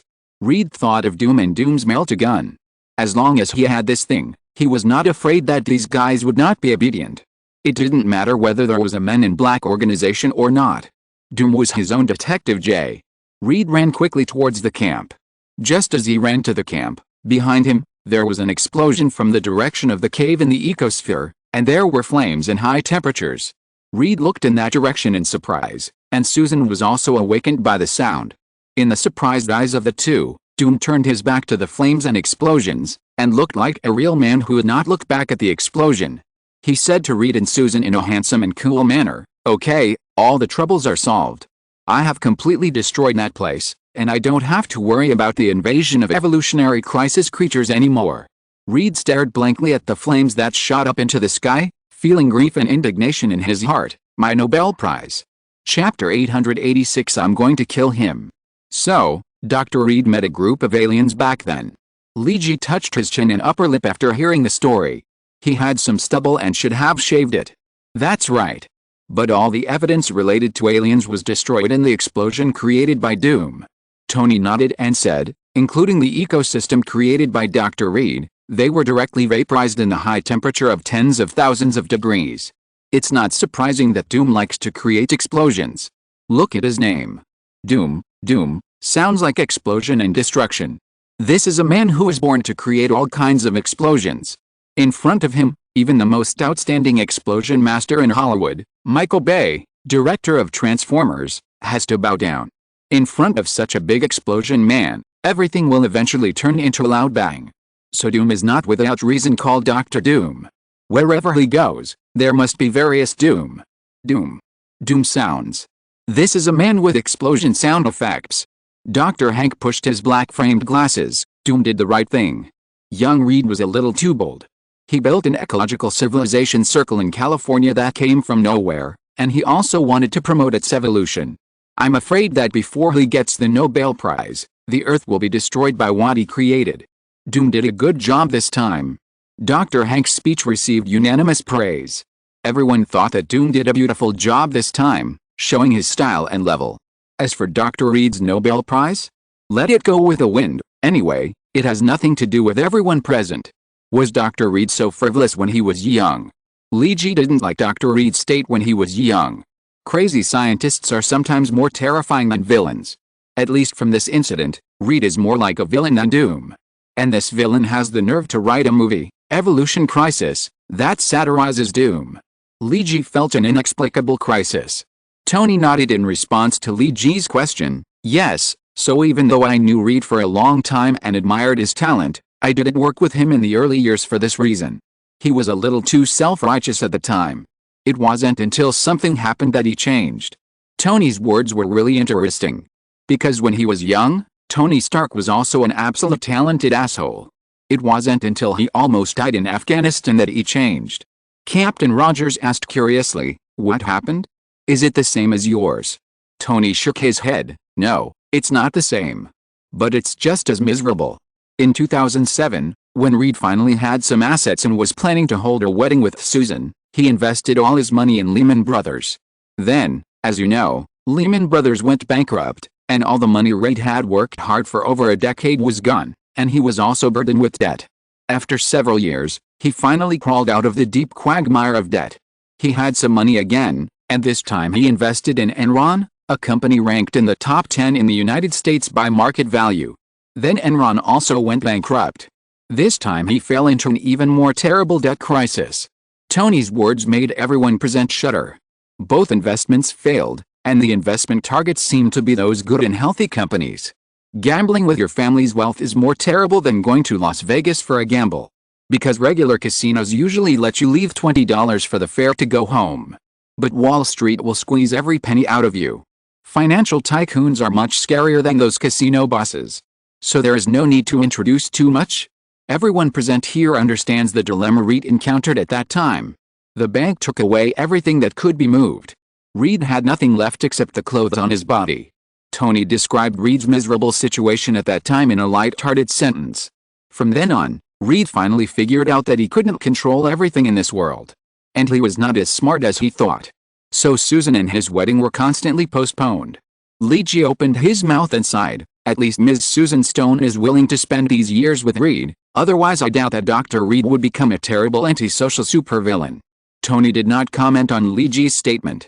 He just continued, given that Dr. Reed had seen some aliens and killed them, Dr. Reed has reason to believe that the solar wind incident was actually the Goblin Star coming to find their companions. They may not know the news of their companion's death, but they are indeed dead on Earth now. So we need to be more prepared. No matter how we explain that this is an accident or other explanations, I believe the other party may not listen. We may need to be prepared to contact another civilization. Lee G squeezed his temples with both hands with a headache. He originally thought that it was just a group of Chitauri or something. Who knows that Reed also killed a group of goblins? Now it seems that the trouble on Earth is even bigger. Just when the bigwigs of the Illuminati were meeting to discuss how to deal with these problems, Thor, who was sitting next to him drinking Coke and eating a teriyaki 6-layer steak burger, had no room to interrupt. He had no intention of expressing his opinion on this matter at all. Isn't it just a fight? Just say who you want to fight. Take off your clothes and fight. Why are there so many things to say? Sucking, sucking, sucking. Thor sucked up a large cup of coke in an instant, and the sound of the remaining coke mixed with the air was very loud. This made the other bigwigs of the Illuminati look back at Thor. But Thor took out the 6-layer steak burger he customized from the burger shop without noticing and took a big bite. But after a few bites, he frowned. The beef used in this store is getting less and less delicious now. The aroma of the beef is getting weaker and weaker. The beef produced by the Angus Ranch I ate last time is still delicious. Don't you think so, Jason? Thor said to Lee while chewing the burger. Watching Thor chewing the burger and mentioning the beef from the Angus Ranch, Lee suddenly remembered the previous discussion about whether the beef cattle from the Angus Ranch were alien pets. Then he thought of the story of Dr. Reed when he was young that Tony just told. Suddenly, a very bad feeling came to Lee's heart. In the surprised eyes of everyone, Lee suddenly stood up and slapped the table very hard. The sturdy conference table made of titanium magnesium alloy was directly cracked. Everyone was startled. Thor was choked by the sudden noise on the pickle in his hamburger. It took him a long time to swallow the pickle stuck in his throat. He looked at Lee with some dissatisfaction and said, "It is very rude to disturb others when they are eating." Jason's expression seems a little wrong. Thor didn't say the rest of the words, because Lee's face was now livid, and he roared in a low voice as if he was possessed by an evil spirit, "Reed Richards. I'm going to kill him." Chapter 887, What a Huge Black Pot. I'm going to kill him. Lee gritted his teeth and roared from his throat. Because of the combination of cause and effect, a very bad idea emerged in his mind. More than 20 years ago, Dr. Reed met a group of goblin aliens who could transform, and then deceived them into turning into bison, and used a gene-locking potion. Then Doom blew up the ecosphere and the alien cattle. But coincidentally, the owner of Angus Ranch also got a batch of top-grade breeding cattle more than 20 years ago. And they were found in the wild. The protein and genes of these beef are slightly different from those of Earth cattle. This kind of beef was originally only sold on a small scale in California, and it has only started to be distributed on a large scale in the past 1 or 2 years. It has been sold to New York and even China across the ocean. Lee got the beef and found something wrong, and asked Dr. Hank to check it. The Illuminati has confirmed that this kind of cattle is 80% likely to be from an alien species. There is still a little difference between their genes and Earth creatures. Everyone thinks this is a kind of alien pet or food that has drifted to Earth. Lee joked at the time, maybe one day the aliens will go to war with the Earthlings because their pet cows were eaten by the Earthlings. But now it seems that they are not alien pets at all. Those cows are very likely aliens themselves. There are no such coincidences in the world. 20 years ago, a group of aliens appeared, and this group of aliens also brought a group of alien cows. Then they died, and the cows were taken away by Angus's boss. This is too much of a coincidence. No novel should be written according to this routine. This old-fashioned routine will fail. Now Lee can already think of it. For some unknown reason, those alien goblins who should have been directly killed by Doom did not die. They probably used some method to escape the explosion. Lee noticed that there was an underground river in the ecosphere in the story. Maybe it was an underground waterway or some other method. But these cows are definitely not dead. Reed's gene-locking potion should have worked, so that these goblin aliens can only maintain the state of cows and cannot change back to the original goblin state. This led to them being collected by Angus ranchers as new breeds of beef cattle. And they began to be inhumanely squeezed and bred. In a sense, all the beef cattle sold by Angus Ranch are descendants of goblin stars. This is the descendants of a group of intelligent creatures. Considering that because of Reed, many people have eaten alien intelligent creatures, including the bigwigs of the Illuminati, because after repeated tests, including Dr. Hank and Tony, no one has found any side effects or problems with these alien beef. So the Illuminati organized an alien beef barbecue meeting. Thinking of this, Lee's face was very bad. And this can also explain why Kingpin and former vampire leader Deacon Faith were there at the time. They probably also knew about this. The Earthlings raised a group of alien intelligent creatures as food. This will inevitably cause a huge conflict and confrontation between the two civilizations. And the bigwigs behind Deacon Faith and Kingpin are those demons in hell. It may not be difficult for these demons to know this through certain methods. But what do they want to do? Deliberately causing conflicts between Earth civilization and Goblin civilization? Well, these questions are a bit far-fetched. Because before that, There is a more realistic question, that is, did these aliens really use solar wind to locate the position of the Earth this time, and then come to take revenge? Well, maybe things are not that bad. Maybe they don't know that we eat their compatriots.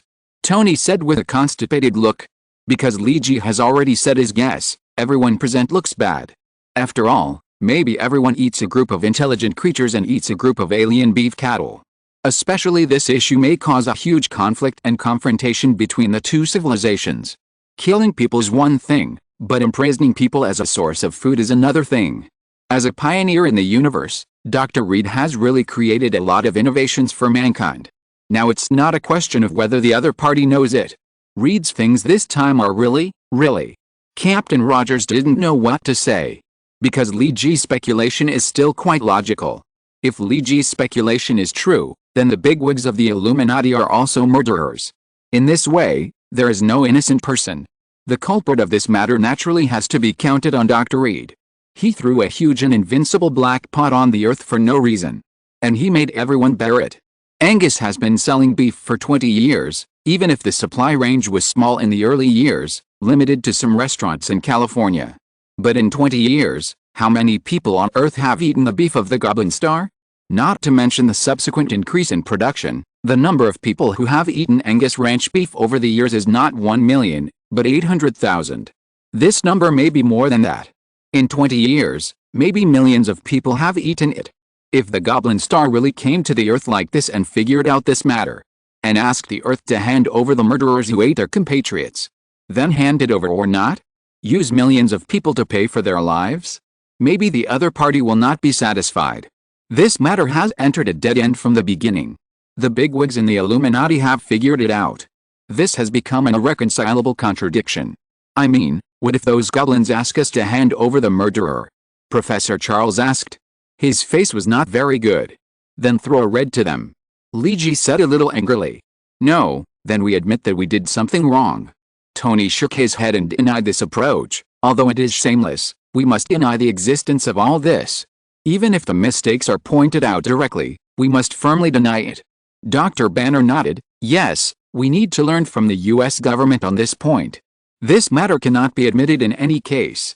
And we have to make a good defense plan. Not only the Venus fleet, we also have to vaccinate the human government. Lee Ji took a deep breath. Yes. This matter requires all mankind to take the blame for Reed, and it is a blame that must be taken. Lee Ji was very unhappy about this. He said to Dr. Hank in a deep voice, is the potion for Doom's appearance restoration ready? Dr. Hank pushed up his black-framed glasses. Almost. Hurry up a little bit, I want Doom to restore his appearance right now, right away. And let him appear in front of Susan in the most handsome and coolest way. And I have to tell him about Reed's film that discredited him. Lee Ji said it firmly. Dr. Hank suddenly said, okay, I will go to work overtime right away. Tony also asked, do you need me to help Doom do something else? Captain Rogers also raised his hand, if you need my help, just let me know. P.S. The lucky draw has been updated in the book review area, and everyone is welcome to reply. The public lucky draw will be held in the book club at 8 p.m. on the 20th. Chapter 888 The Earth is a very backward place. Doomu has been very happy recently. It can be said that it is the happiest time in the past 10 years. In his life, he was so happy only when he was in school more than 20 years ago before his face was disfigured. It was my youth running in the sunset. Doomu was a little grateful for the green years of those days.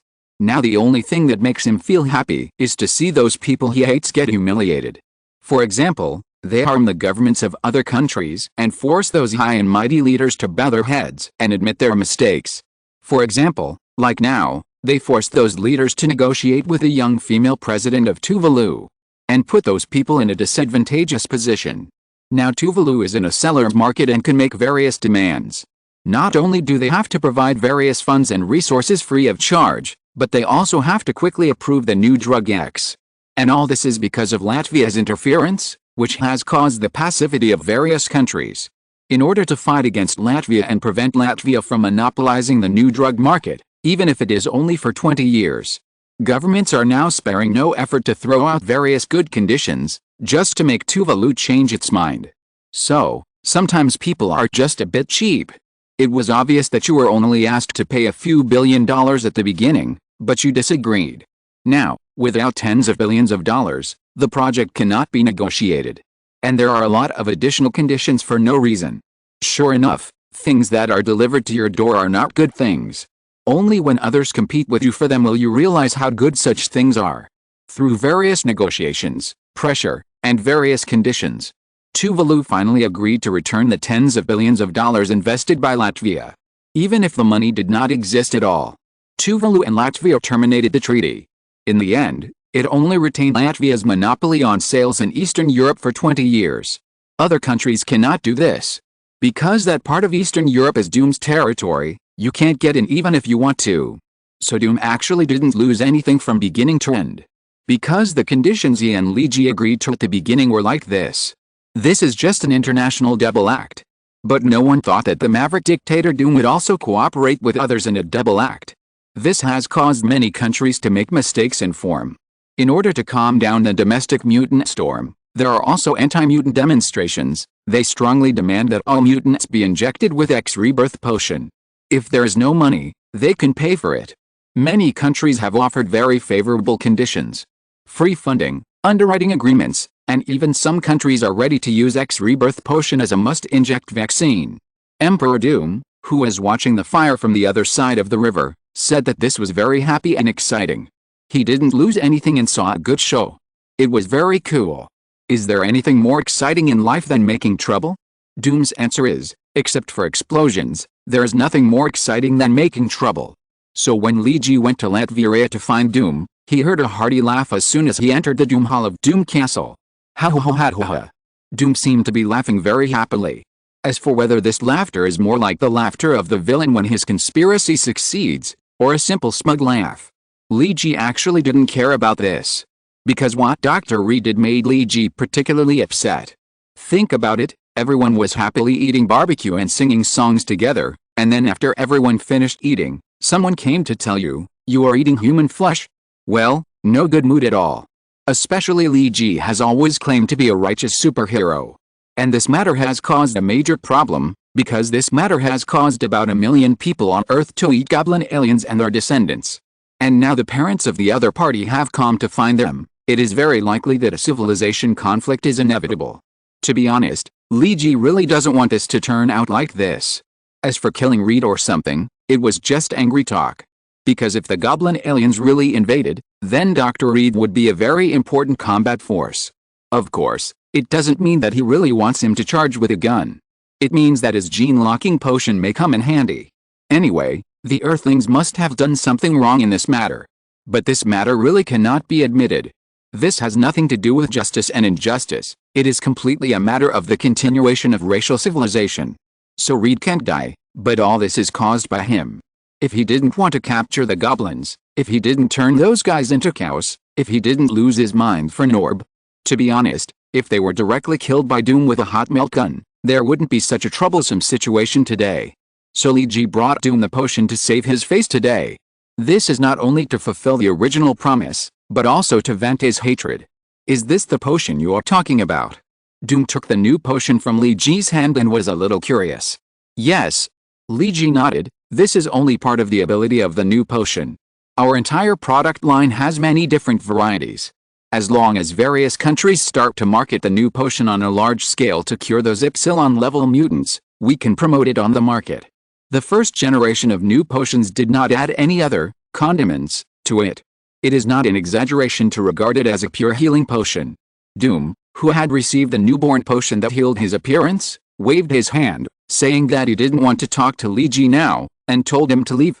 Li Ji boldly guessed that Doom couldn't wait to restore his handsome appearance. But this time when he came to Latvia, Li Ji didn't just come to give Doom medicine. He also had important things to tell Doom.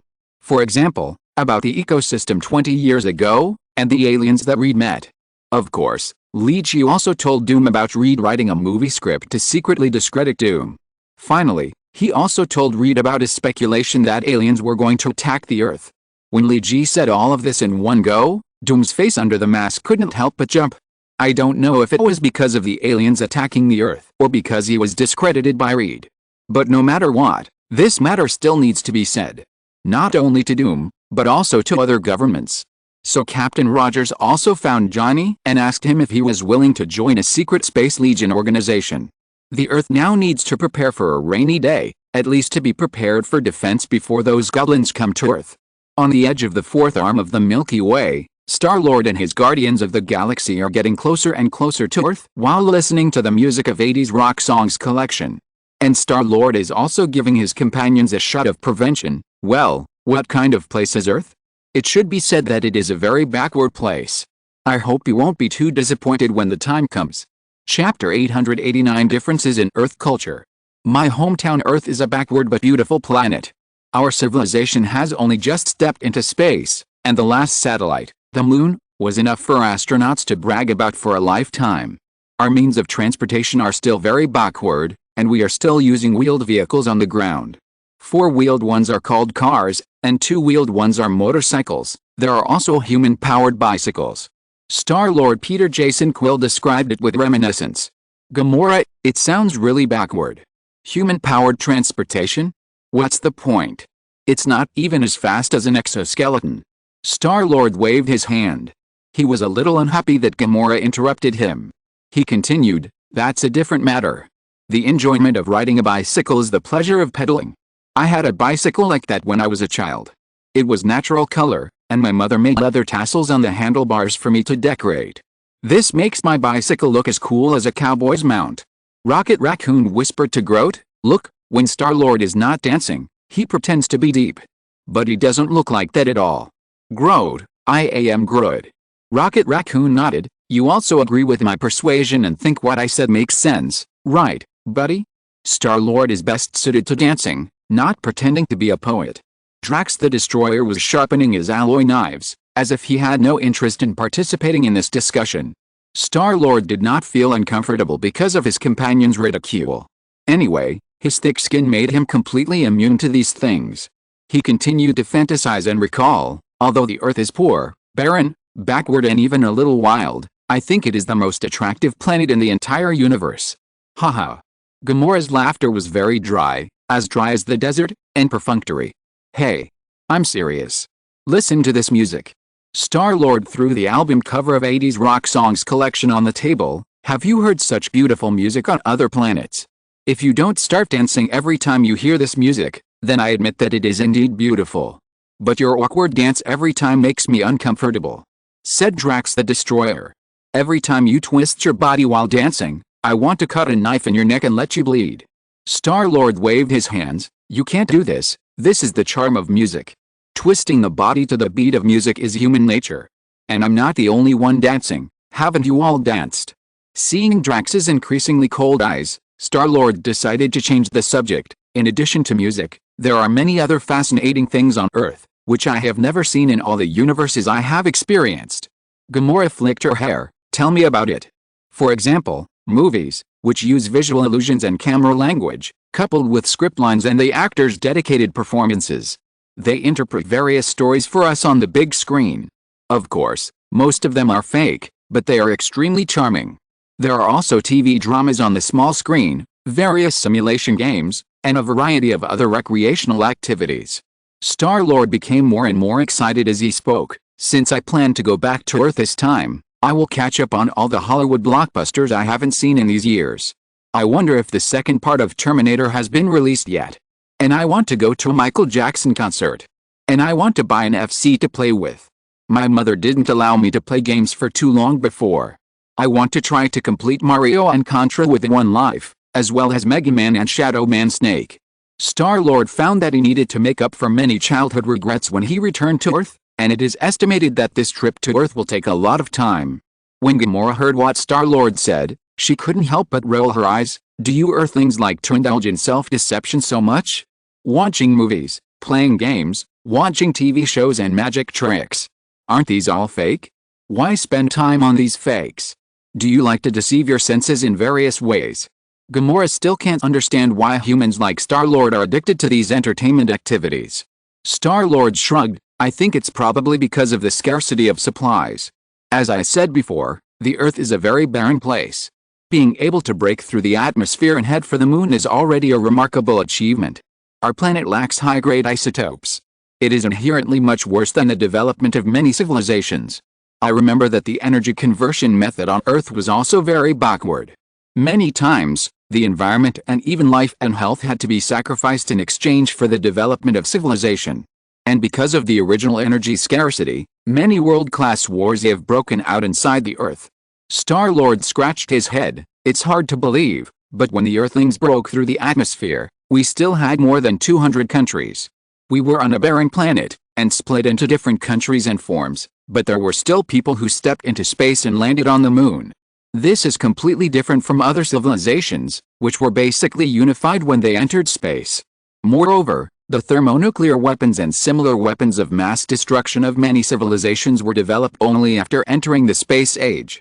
But the Earth invented primitive thermonuclear weapons decades before entering space. We use these weapons that will cause irreversible damage to the environment to fight each other on our planet. It's hard to believe. Gamora listened to Star-Lord's introduction and said in disbelief, "According to what you said, the Earthlings are even more belligerent than the Chitaurians. At least they won't drop any weapons with nuclear fusion and nuclear radiation on the planet they live on. Yet, it's really strange. You haven't become as murderous as the Chitaurians. Don't you think so, Drax?" Rocket Raccoon leaned against Drax's legs and patted his thigh. Drax didn't answer, he just looked at Star-Lord. His eyes also had some doubts. Yes, this is the difference between Earthlings and the Chitauri and other civilizations. Star-Lord spread his hands and said seriously, "Our civilization is crowded and narrow, with scarce resources and frequent wars. There are 6 billion people crammed on this small Earth." Earth population statistics when Star-Lord left. "We are like sardines living in a can. The larger the city and the more developed the area, the more so. Earthlings live in such a crowded situation that even breathing fresh air has become a luxury. Maybe that's why Earth's culture is different." Star-Lord thought about this question very seriously. Most of the other civilizations that can enter the era of interstellar civilization have better conditions and resources than Earth. But Earth does not. Perhaps it is these things that you think are self-deception that have allowed Earth to get to where it is today. We use various ways to deceive our own senses and empty our brains.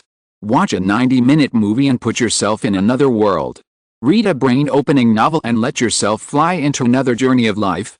Watch a magic show and be nervous and amazed by the process, even though you know there will be a good ending. We play games, we listen to music, we dance and sing. All of this is to let us temporarily put aside our worries. Only in this way can human beings survive in this difficult world. And keep moving forward. Because the world is painful, but we are trying to make our lives less painful. This is probably the greatest charm of Earth culture. All that Star-Lord said made the other 3 members of the Guardians of the Galaxy, Yishu, fall into thought. And now they are more and more interested in the Earth. A world with a low level of civilization, but with the birth of various brilliant cultures. What is this world like? Everyone is looking forward to it. The interstellar jump has begun to stop and slow down. The people of the Guardians of the Galaxy can already see the blazing sun and the outermost planet of the solar system, Pluto. Earth. My hometown. I'm coming back.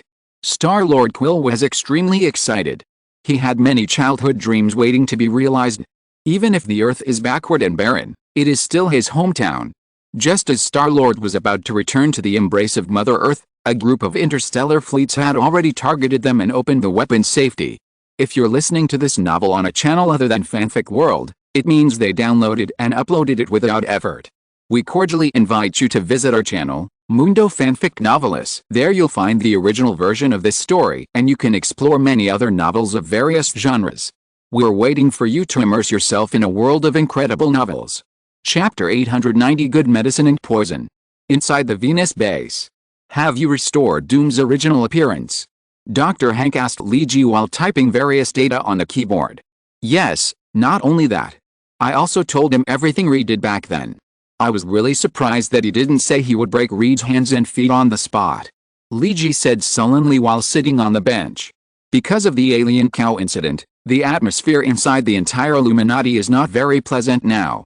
Except for Thor, who still eats beef unscrupulously, everyone has not wanted to eat any meat for a long time. Ask Thor why he can be so careless? Answer, it's just eating a few aliens. It's not like I haven't eaten it before. I remember when I was in XXX at %. Because the content is too bloody and violent, This story has been appropriately deleted. In short, Thor is not a lightning fat man who looks so easy to bully simply from the outside. It's just that his temper has improved now, and he knows how to get along with others. Anyway, according to Thor, if you don't accept it, just fight. What's there to be afraid of? If it doesn't work, I'll go home and ask my dad to come. That doesn't seem right. My dad is hibernating recently. Leegi, your dad is a bear, right? If it doesn't work, I can ask my sister to bring the army. It's just a war. What's there to be afraid of? Thunder and the god of war don't care about the possible war. But other people in the Illuminati can't be so indifferent. Because this kind of civilization conflict will become more troublesome if it is not handled well. After all, what the Earth needs is development, and war is just a means of self-protection. This is not a strategic game. Winning the war in the game is the ultimate goal. How to stop the war in reality is the ultimate goal. So now the Illuminati, in addition to stepping up the construction of the Star Fleet, has another job to do. That is to give the leaders of various countries a vaccination through various hints. This matter is usually left to Tony and Captain Rogers to do. Of course, there is also Doom now. As for Doom, there is no need to give a vaccination. Just tell him the truth and let him prepare for war. After all, Doom doesn't want to be destroyed by aliens, right? And there's Dr. Reed. Tony has secretly transferred Dr. Red to a secret research institute. Except for Johnny, who is recruited by Captain Rogers to the Starfleet that SWORD would secretly form. Reed, Susan and Ben were all taken to Tony's secret research institute. Develop and mass produce the gene-locking drug you mentioned. Tony said to Red with a serious face. If the war really starts, those aliens can find us, but we can't find them. This situation is not good for us. We need weapons that can turn the tide of the war or make them afraid. The general thermonuclear weapons produced on Earth may not do much harm to them, the Venus fleet is not included.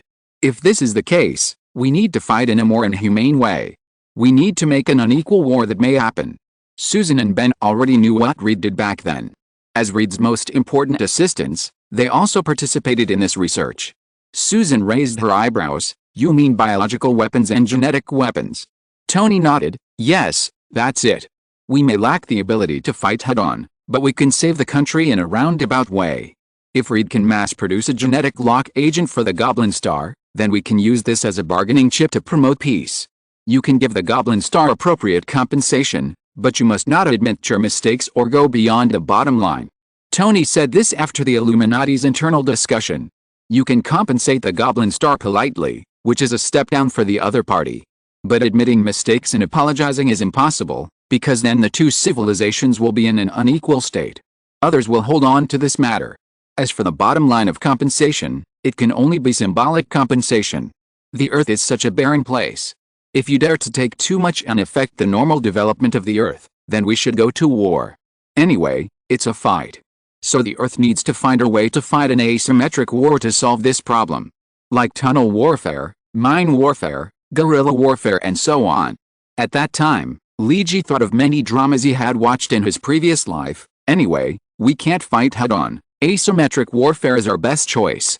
But we can't put the battlefield on the Earth, otherwise our homeland will be destroyed when the war ends. Captain Rogers partially agreed with Leegi's point of view. So Tony asked Red to mass-produce this gene-locking drug. And everyone in the Illuminati also began to use their abilities and began to search. See if there were any cows that escaped when the Angus Ranch exploded. Then get them for Red to study. Let him make a stronger gene drug.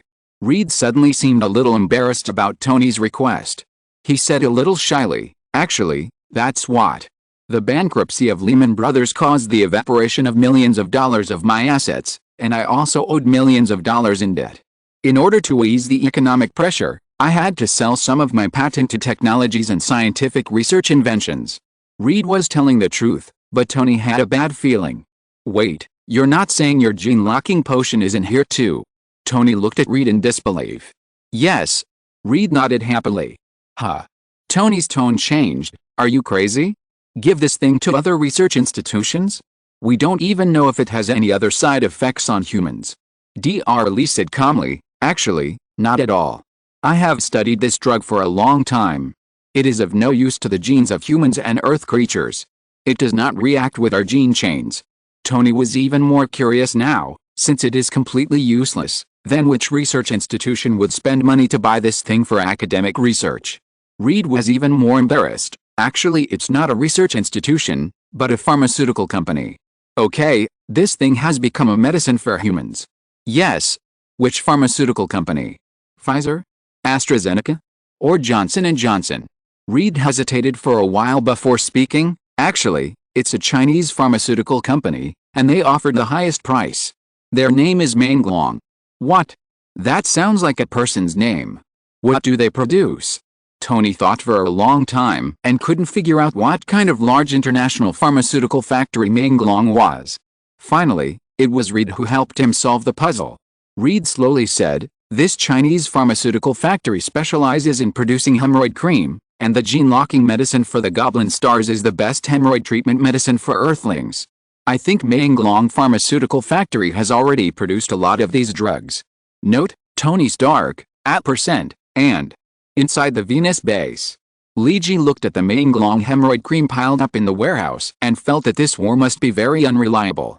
In this world, Dr. Reed wrote the script of Evolutionary Crisis based on his own real story. In the movie, Dr. Reed projected that his scientists finally defeated the alien creatures with Head and Shoulders shampoo. In the real world, he decided to use hemorrhoid cream to give the goblin stars a heavy blow. What FXXK? Exclamation mark.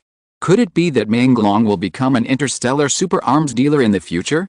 Li Ji took out a small package of Menglong hemorrhoid cream from the big box and said to Dr. Hank, "Why do I feel that this is less reliable than using Head and Shoulders to defeat the aliens?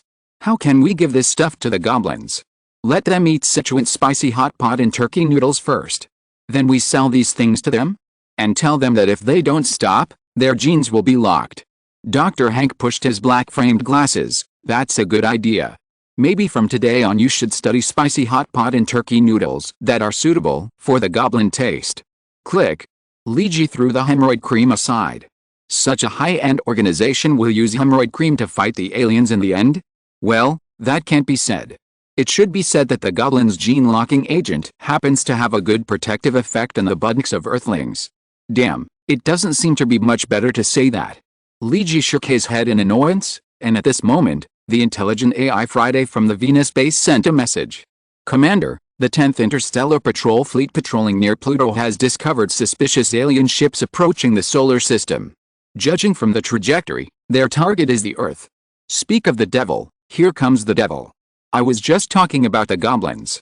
Well, this time we have to capture them alive and let them taste the hospitality of spicy hot pot and turkey noodles." Note, Reed in the main universe of 616 has invented a medicine that can cure hemorrhoids 100%. In addition, as mentioned in the previous article, the evolution crisis in this world was written by Reed. So I combined this. In other words, it is a good medicine for Earthlings, but it is a poison to the Skrulls. Chapter 891. Let's dance first. Since Dr. Reed told this story about the goblin aliens, Li Ji and other members of the Illuminati have begun to take turns to guard the solar system defense circle. Waiting is hard because you don't know when the enemy will rush over to attack you. Because these aliens know where the Earthlings are, but the Earthlings don't know where the aliens are. If you know where the aliens' nests are, you may be able to think of some other ways. After all, passive waiting is a very bad feeling. If there is a choice, it would be best to have some initiative. But now those aliens may all be dead, so torture and so on do not exist. Li Ji and his team have no way to get more information. So they can only adopt this more passive defense. But is today a good day? A lone spaceship suddenly came to the solar system and is now hovering near Pluto, and its target is the Earth. If you say they are just passing by for tourism, you can't kill Li Ji. There is no such coincidence in the world. Just use the solar wind to locate a position, and then an interstellar travel enthusiast comes to visit the Earth. Come on, do you think this is a third-rate Hollywood movie? There is only one spaceship, which is most likely the vanguard of the army, such as a scout. Because these goblins definitely don't know the current level of civilization on Earth. If they think that Earth is a primitive civilization and it is difficult to even step out of Earth, maybe they can send dozens of warships to beat the Earthlings into fleeing. Of course, it is not ruled out that they are just looking for lost tribesmen. But this possibility is much lower. As for a group of aliens who come to establish diplomatic relations with Earth with love and friendship, Come on, look at who in the Illuminati looks like a fool. The probability of such a thing happening is less than 1 in 10,000, okay? However, in order not to cause unnecessary trouble, or even cause greater conflicts, Li Ji decided to use courtesy before force. Go through the regular inquiry procedures, which is similar to the strategy of we are determined not to fire the first shot. When the spaceship of the Guardians of the Galaxy drove into the vicinity of Pluto, Gamora felt uncomfortable all over. I have a feeling that we are being watched, as if someone is spying on us in secret. Gamora's green skin seemed to become a little greener. Rocket, are you sure we are not being followed by space pirates or something like that? Rocket Raccoon checked the radar monitor in front of him and replied, no, respected Ms. Gamora. I think you are worrying too much. Quill's home solar system is an extremely barren place. The asteroid belt around the solar system we just passed by and the planet called Pluto in front of us did not show any valuable high-grade isotopes that are worth space pirates coming here. Or other valuable materials. Unless those space pirates are obsessed with rock songs on Earth like Quill. Apart from that, I really can't think of anyone who would come to hang out around this solar system. This is the most desolate star system I have ever seen. It's hard to believe that a civilization heading for the universe can be born here. But I still feel bad. Could it be that the Earth's Space Defense Agency has detected us? Quill said they have entered the space age. Gamora's sixth sense is always a little effective. I don't know if this is a common trait of women. Rocket Raccoon shook his head and said with a little disdain in his tone, put your heart back in your stomach, Gamora. And didn't Quill just say that the Earth is a backward civilization? It is a great achievement to be able to land on their satellite so far. Maybe they can detect something in the orbit around the Earth outside the Earth. Or they can find us when we get close to the moon. But we are now at the outermost edge of the solar system? Tisk tisk. Rocket Raccoon didn't speak, but smacked his lips twice. The meaning is self-evident. Although Star-Lord Quill has always said that the Earth is very backward and constantly vaccinated his companions. But he doesn't really want his companions to look down on their hometown. This seems to be the commonality of human beings. Only I can criticize my hometown if it is not good, and outsiders cannot criticize it. Or to put it another way, don't air your dirty laundry in public. So Quill yelled at Rocket Raccoon in dissatisfaction, Rocket, you give me your attention. This is the Pluto Squadron of the Earth Federation's 10th Solar System Patrol. You have entered the Earth Federation's jurisdiction. Please indicate your identity and intentions. And turn off the engine and all weapons and equipment to accept our inspection.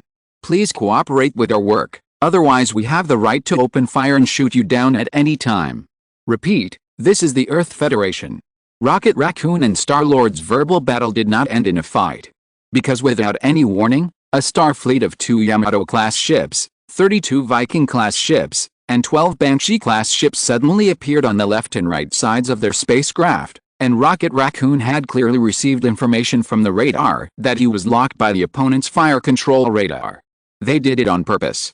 Drax the Destroyer walked to the window of the bridge, pointed at the large mixed space fleet and said to Star-Lord, Quill, this is your backward hometown you mentioned? And then you led us so stupidly to jump directly into the outer defense circle of your hometown without sending any communication or access request. Do you want their space cannons to tear us to pieces? Star-Lord Quill's mouth was a little dry. What? What was I going to say? Oh, right. Actually, I've been away from my hometown for a long time, so I may not remember some things very clearly. Ha ha ha, ha ha, ha. When all the crew members were staring at him, Quill really couldn't laugh. Gamora patted Star-Lord on the shoulder. This is your mistake.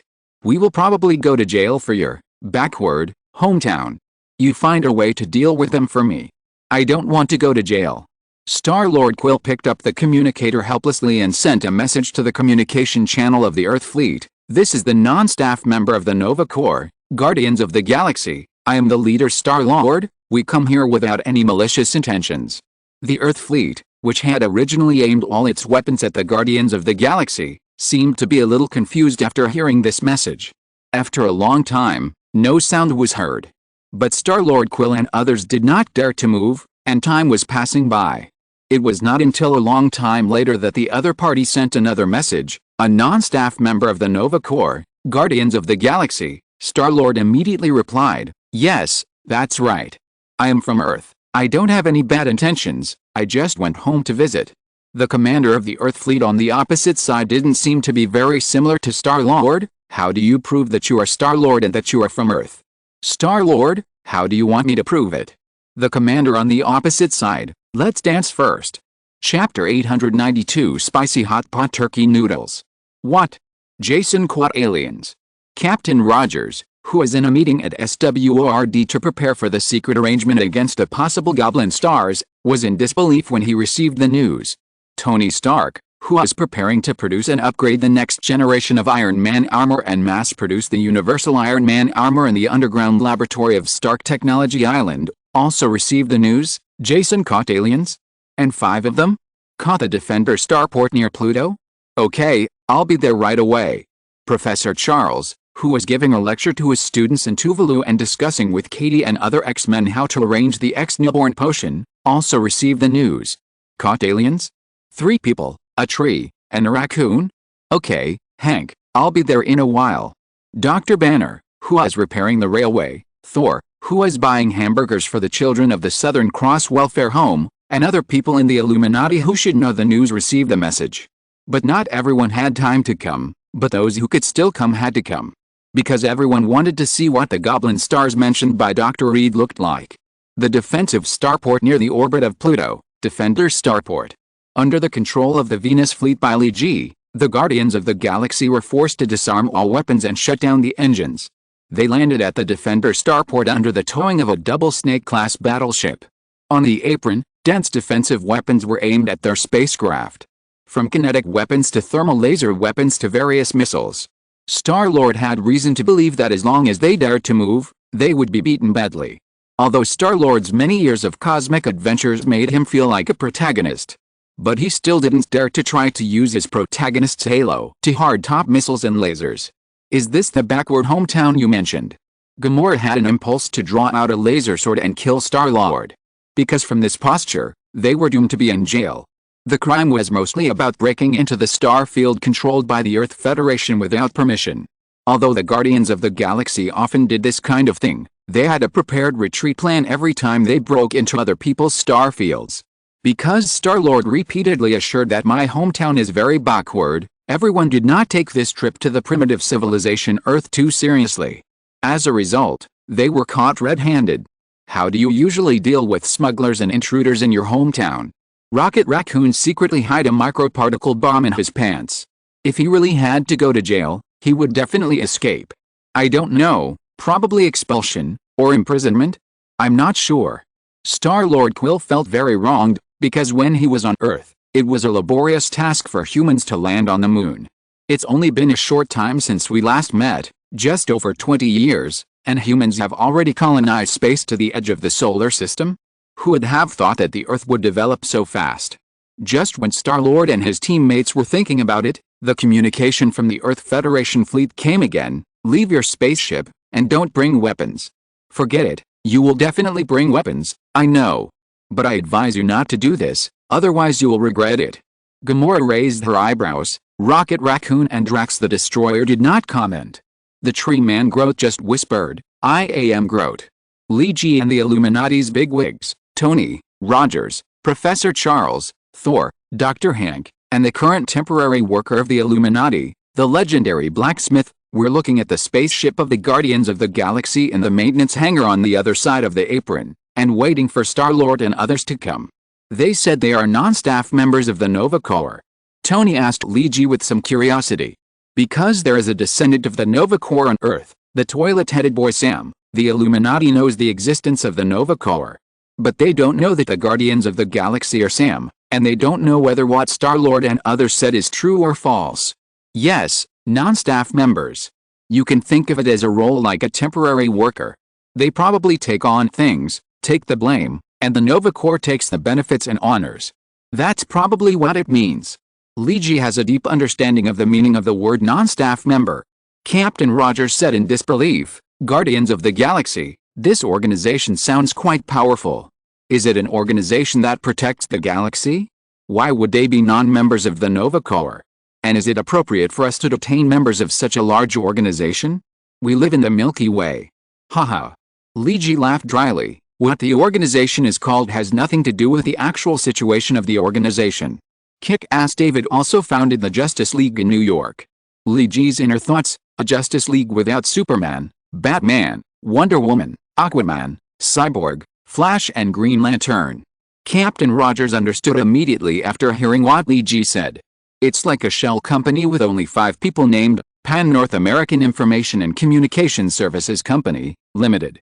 The name is very loud, but in fact it is a telephone sales of toilet paper.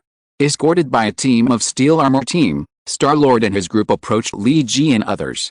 Before they could react, the legendary blacksmith in the Illuminati gently stretched out his hand, and all the gadgets hidden on Star-Lord and others were directly taken away, including Gamora's hidden laser sword, Drax's alloy knife, Star-Lord's microparticle gun hidden next to his crotch, he is not afraid of accidental discharge, and Rocket Raccoon's hidden micro-bombs. Lee G shook his head and said to Star-Lord, "I told you not to bring weapons. Why waste this time?"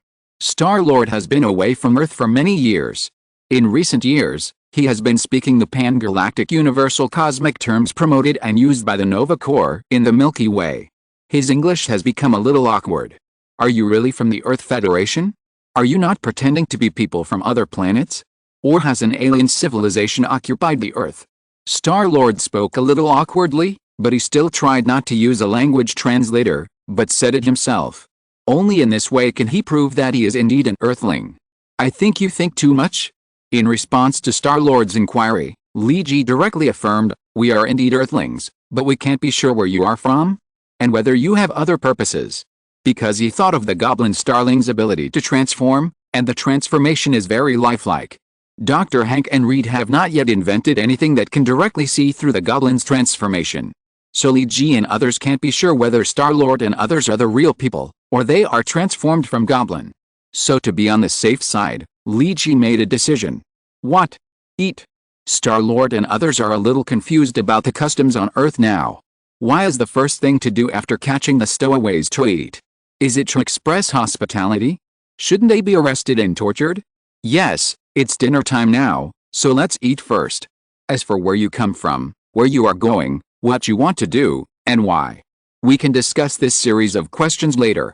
Even if they are prisoners, we let them fill their stomachs first.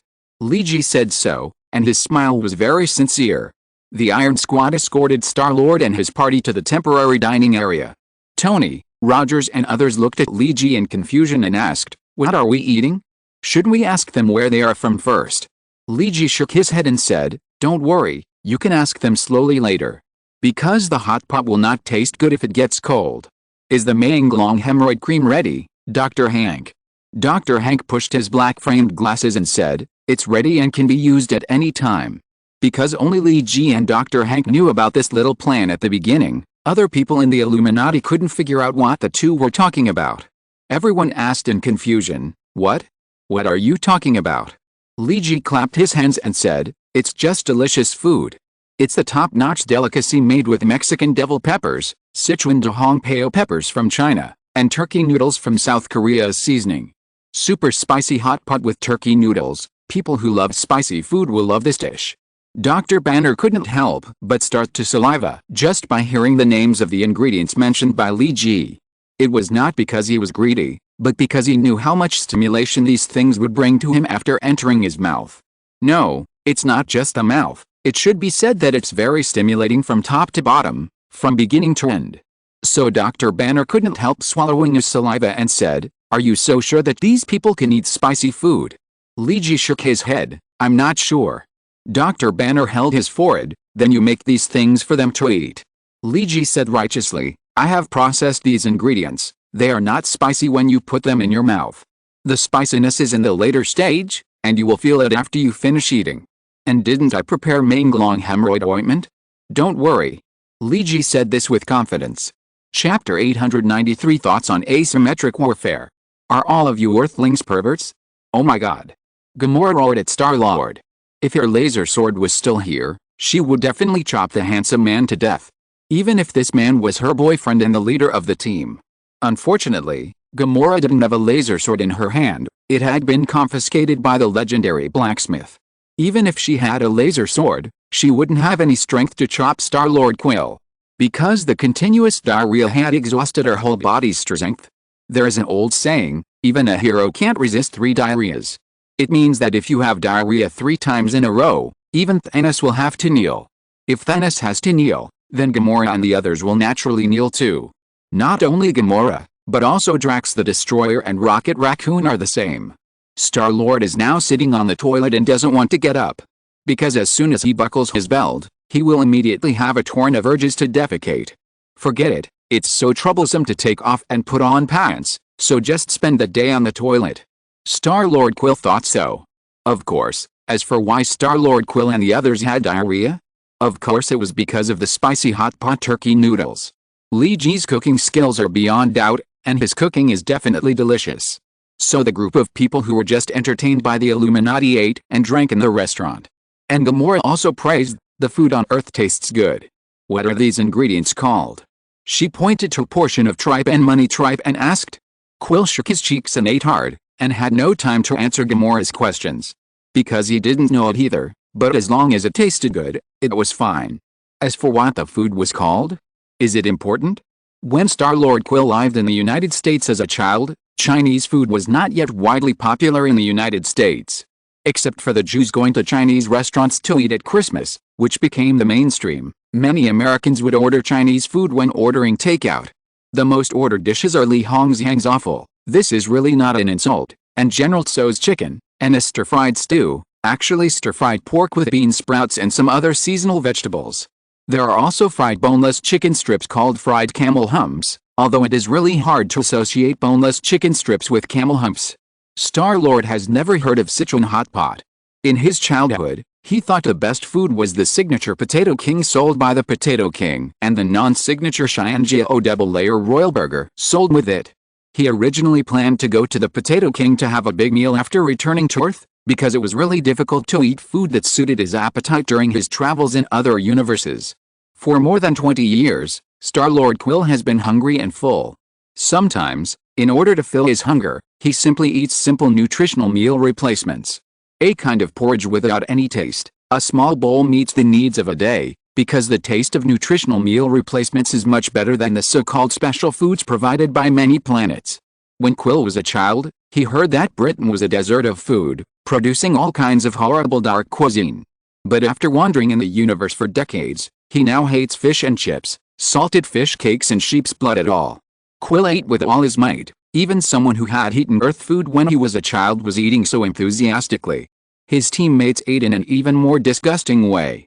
They didn't stop eating until everyone's stomachs were full. They also expressed their praise for Earth food. If they put us in jail and provide us with prison food like this every day, I'd be willing to stay here for a while. Hiccup Rocket Raccoon expressed his opinion. Gamora also nodded in agreement. And Star-Lord said with some self-satisfaction, "See, I told you that Earth is a very charming place." The Illuminati bosses who had been observing this group of people through monitoring equipment looked at the Guardians of the Galaxy who were eating and drinking in disbelief, and they couldn't help but feel excited for a long time. Captain Rogers couldn't help but speak first. Are they the Guardians of the Galaxy? Are they really not a Galaxy refugee escape team? How long have they not eaten? Li Ji touched his chin and thought seriously, it should be that the food I made is too delicious. Although I processed it, these foods are spicy at the end. But eating so much in one go, and the super spicy pot is a heavy oil food.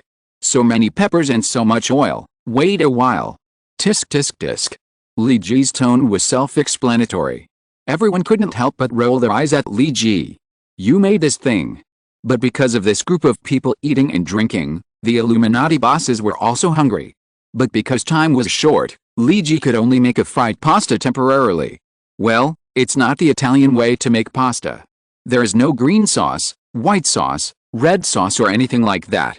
It's just a simple way to cook the pasta until it's soft, and then stir-fry the beef tenderloin slices and mushroom slices that are slightly marinated in oyster sauce with bell peppers.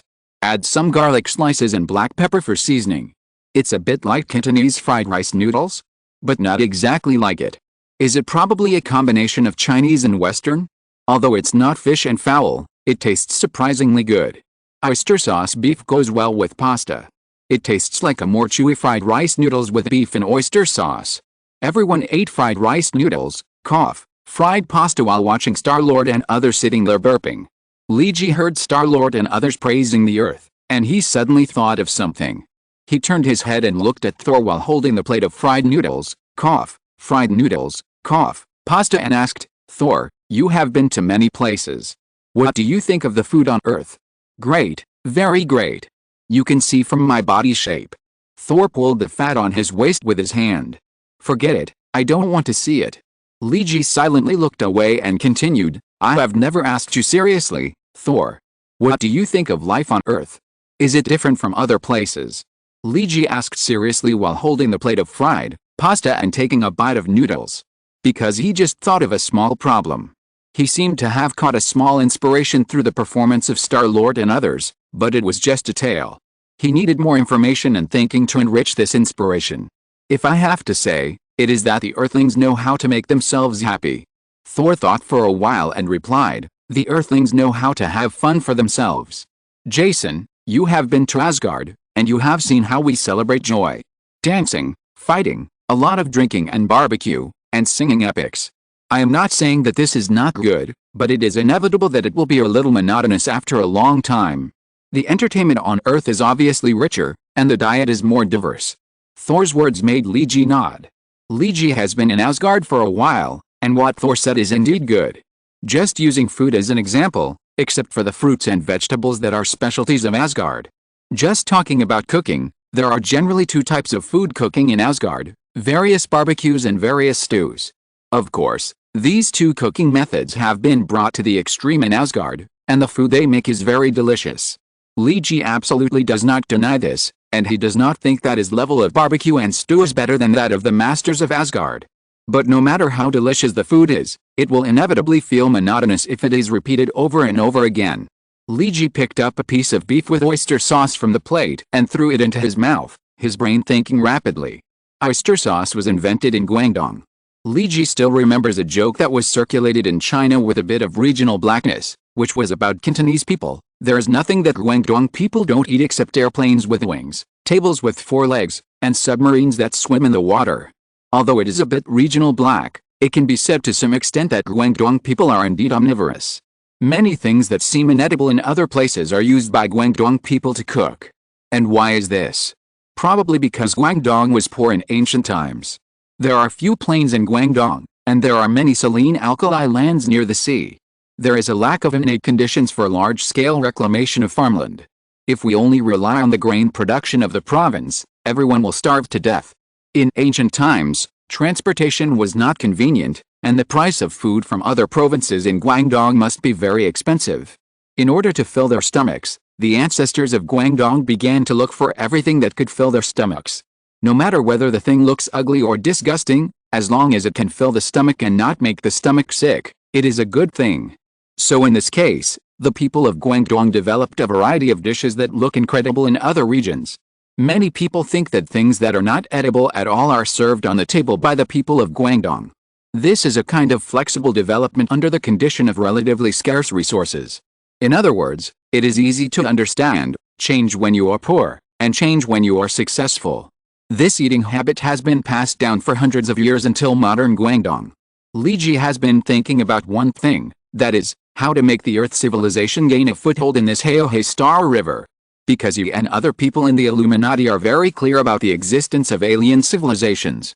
In the absence of technological and scientific advantages, how can the Earth survive in this universe and survive the weakest and most difficult years? This is a difficult problem facing the Illuminati. Because it is the Illuminati who pushed the Earth into the interstellar era, at least they can't just give up now. What Thor just said, and what Star-Lord and the others talked about during the meal, gave Liji an idea. But now it is just an idea, and he feels that he needs to think more about it. A diverse civilization that is forced to find fun in various ways to numb itself and survive the hard times because of material poverty, Earth. How should she express herself in the cosmic age? Because of the material poverty, we need spiritual abundance more and more. If one way doesn't work, we need to think about another way. Our culture is changeable and sensitive, but it gives birth to various fierce collisions of ideas. Independent individuals and whimsical and crazy ideas are born anytime and anywhere in this world. If guided, it may be another kind of power. The term power has never referred to force alone. Liji put down the plate of pasta and said to Dr. Hank, Doctor, give me a few manglongs. I think Star-Lord and his friends will need them later. Dr. Hank pushed his black-framed glasses and said, are you going to deliver them in person? Yes, because there are some things I need to confirm. If they are really the Guardians of the Galaxy, maybe they will need help with some things. Luigi turned and left. Looking at Luigi's back as he turned and left, the Illuminati bosses walked to the monitor with plates of fried noodles, pasta. They looked at Star-Lord and his friends who were still laughing and joking and lamenting that the meal was really delicious. Hey. I don't know who sighed first. Then there were continuous hey. Captain Rogers touched the silver cross on his chest and prayed in his heart, Guardians of the Galaxy, you can only wish you good luck. Chapter 894 Alien Observation Plan. So, is the food okay?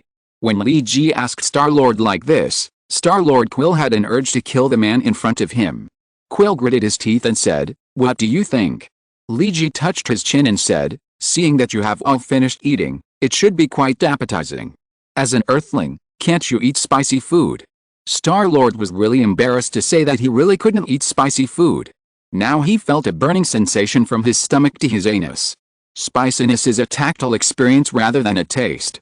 So this is why Gamora scolded Star-Lord and other Earthlings as perverts before. Who the hell wants to experience pain when eating? Are all Earthlings masochists? Exclamation mark. Isn't the primary purpose of eating to fill the stomach, and the second is to taste the taste? Why make yourself uncomfortable? Why don't you experience the feeling of being burned by fire all over your body? Especially a certain part. Now several members of the Guardians of the Galaxy, including Star-Lord, don't dare to sit down. I'm not Mexican, nor Indian. Star-Lord stared at Luigi, wanting to kill the hooded man in front of him whose face he couldn't see clearly. But it was obvious that he was no match for the other party after having been defecating for a whole day. Even if he could take Drax, the strongest fighter of the Guardians of the Galaxy, it wouldn't work.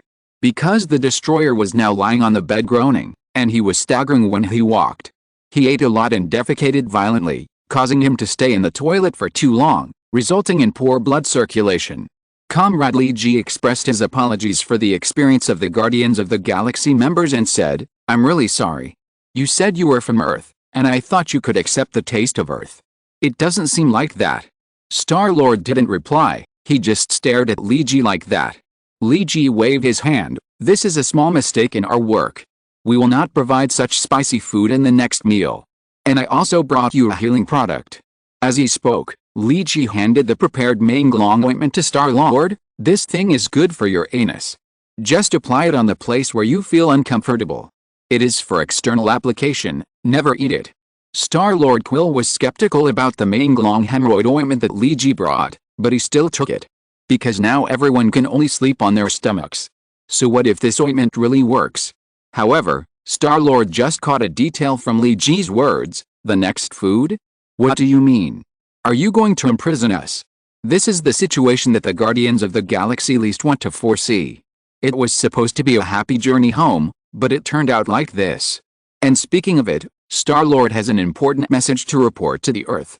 But he doesn't plan to say it for the time being, because he can't figure out whether this Earth Federation is real or pretended by aliens. Maybe these people are the guys who invaded the Earth? So when Luigi and others were observing Xingju and others were also observing Luigi and others. Both sides were actually testing each other. Quill had made up his mind. If the current Earth had nothing to do with his old home on Earth, then he would not care about the news that the Skrulls bribed the Chitauri to invade the Earth. Luigi was still unclear about the purpose of Xingju and others coming to Earth. So he asked directly, what are you doing on Earth? Xingju waved his hand, I was abducted by aliens when I was a child. Now that I have grown up, can I come back to visit my relatives? Since the Earth has established the Earth Federation and has set foot on Pluto, it seems that you have also contacted alien civilizations. Luigi directly called the Venus fleet the Earth Federation fleet. He directly gave the Earth Federation, which was still working hard to build a starport on Earth, a high-end atmosphere and class. So Luigi said non-committally to Star-Lord's question, I guess so. Can we go to Earth? This was the only question Quill was concerned about, or do you plan to expel us, or directly detain us? As for whether you can go to Earth, this requires the approval of the relevant departments. Luigi used the magic weapon, only when the relevant departments sign and seal their approval, can you set foot on Earth. Before that, you need to wait for review. And during the review, you can only stay here. So it's still imprisonment. Star-Lord's tone was not very good. Tap, tap, tap. Lychee knocked on the table a few times. It was you who broke into the star area under the jurisdiction of the Earth Federation without notification. I was just following the rules. And we are not putting you in jail. You have an area for activities, but your activities are restricted. You can't leave without permission from the relevant departments, that's all. Okay, how long will it take? Star-Lord was a little resigned. The longest will not exceed 1 month of Earth time. Lychee gave a relatively broad number. Anyway, the length of time is determined by the relevant departments. This time is not particularly long, and Star-Lord Quill thinks it is acceptable. He took the Maenglong hemorrhoid cream and prepared to talk to his friends about living in the starport temporarily for a month. But before Xingja left, Lychee stopped him. Wait, you said you were abducted by aliens when you were a child? How old were you at that time? How long ago was it? 6 or 9 years old? It's been a long time, and my memory's a bit fuzzy. And I never had a birthday after that, so I can't remember clearly. As for the time, I have been away from the Earth for more than 20 years, and I can't tell exactly how many years it has been. The calculation of the universal calendar of the universe is completely different from that of the Earth. Lychee nodded. Then do you remember what cartoons or TV series you liked to watch when you were a child, and what games you liked to play? Xingja was a little confused. He didn't quite understand what Lychee wanted to express, so he asked, does this matter? Out of humanitarian considerations, in order to prevent you from being too bored during your stay in this month, we are willing to provide some entertainment activities for you to pass the time. As I said before, we are not imprisoning you. Lychee looked like an angel with kindness. The corners of Quill's mouth twitched back and forth, and then he made his request, then give me a Nintendo Famicom, plus all the games that Nintendo has released in recent years. Lychee? Nintendo Famicom? I can give you the Famicom, but don't you want to try a new game console? The technology on Earth is constantly developing. Lychee persuaded. P.S. New weekly vote request. Chapter 895 Alien Observation Plan. In fact, you have been away from Earth for more than 20 years, and the technology on Earth is constantly improving. Star-Lord nodded in agreement with Lychee's words. Yes, that's right. When he was a child, humans broadcasted the moon to the world live, and it was like an extremely grand festival. Now humans have set foot on Neptune, so of course they have made a lot of progress. Lychee continued to persuade him. In fact, it is not just the development of military technology and various professional fields. We have also made great progress in the entertainment industry. I wonder if you have watched the Star Wars series and the Terminator movie when you were still on Earth. Of course. You must have seen it. Star-Lord answered without hesitation. After watching Star Wars, I wanted to become an adventurer in the universe, but I really didn't expect that my dream would come true in the end. Star-Lord sighed with a half embarrassment and a half things changed sigh. But it's a pity that I haven't seen the second part of the Terminator series yet. At that time, I was kidnapped and left the Earth. Lychee smiled and pulled a very large box from his side, which was filled with a large box of Blu-ray high-definition 4K discs. He said to Star-Lord, "Congratulations, you can now watch the Blu-ray HD 4K remastered version of Terminator 2. I must say that Arnold Schwarzenegger's T-800 in this movie is the best character in his screen career. After he retired from politics, he never made such a good movie again. Hollywood has also lost a top tough guy." Star-Lord looked at Lychee in disbelief, his eyes wide open. What? Arnold Schwarzenegger is in politics? Him? He has the same muscles as Drax the Destroyer. Can he be in politics? Lychee touched his chin. Is this a subtle way of saying that men with big muscles are brainless? Is this a slander? In fact, Star-Lord is just jealous that muscular men have better body lines than him. There are many things you can't imagine. Lychee handed the box full of high-definition Blu-ray 4K DVD discs to Star-Lord and said, "There is also the Star Wars trilogy, which was rebooted in the 1990s after it was completed. George Lucas produced the Star Wars prequel trilogy. There are also The Force Awakens and Rogue One to supplement the settings.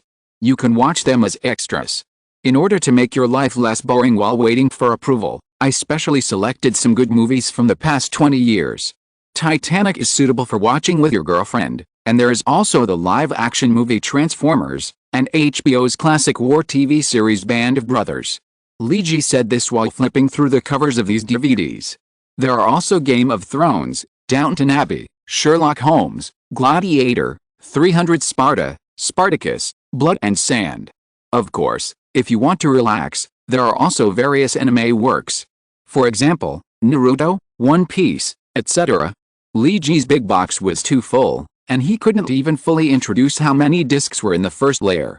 He just handed it to Star-Lord and said, "These are all English versions, you probably understand. As for your companions, you seem to have intelligent translation devices." Wow, Star-Lord's expression was indescribable. The only expression he could make now was, wow. It seems that the Earth Federation official opposite him is indeed kind. Because I have never heard of that place where prisoners are detained and given so many movies and TV series to watch. Although Star-Lord knows about the sequels of several series of movies, he has never heard of the names of many movie and TV animations. But this does not prevent him from being very interested in these things. As Lee Ji said, society has progressed for more than 20 years, and Star-Lord has reason to believe that the filming of these entertainment movies must have soared to a new height. We have installed an IMAX-level theater system for your temporary residence, and there are 5 of them. This way you can each find something you like to watch or play. Although Star-Lord didn't understand what IMAX was, it seemed like something very powerful. As for the Nintendo Famicom you mentioned, to be honest, I can get you one. But I guess you can't play Super Mario on a 100 square meter giant screen, and the picture will be too blurry. I will get you a 20-inch color TV for you to play. But speaking of this, I have to make a recommendation to you. As Lee Ji said this, he dragged out another large box from his right. He introduced them with a slightly proud tone. These are the top products of electronic game consoles in the past 20 years, Sony's PS4 Pro, Microsoft's Xbox One X, Nintendo Switch. There are also handheld PSV, 3Ds, and several of Dell's top Alienware computers. And I have prepared a large number of games for you. God of War series, Uncharted series, GTA 5, Super Mario, Odyssey, The Legend of Zelda, Breath of the Wild, Horizon, Dawn and so on. Since 2010, I have collected all the good games with an IM score of 8.5 or above for you, and you can play them at will. Lee Ji talked incessantly. If you want to read, there are also a large number of ebooks for you to read, including various Japanese and American comics, as well as Chinese online literature, etc.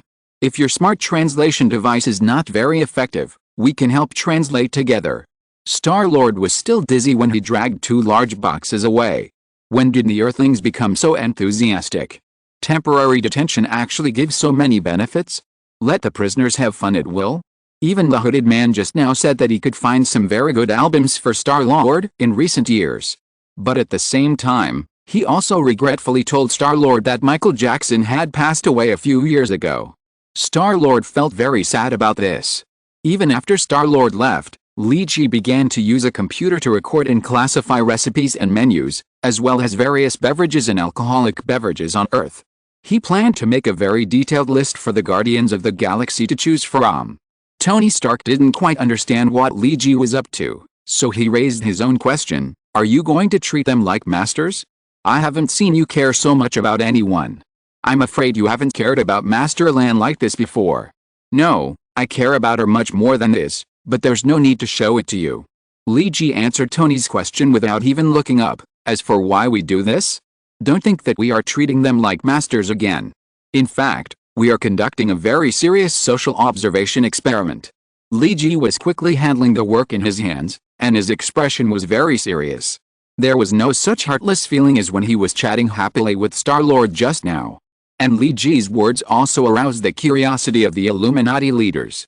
Dr. Banner asked curiously, so what do you want to observe? About entertainment.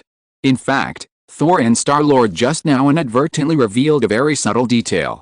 That is the entertainment culture of the Earth. Including food, various drinks.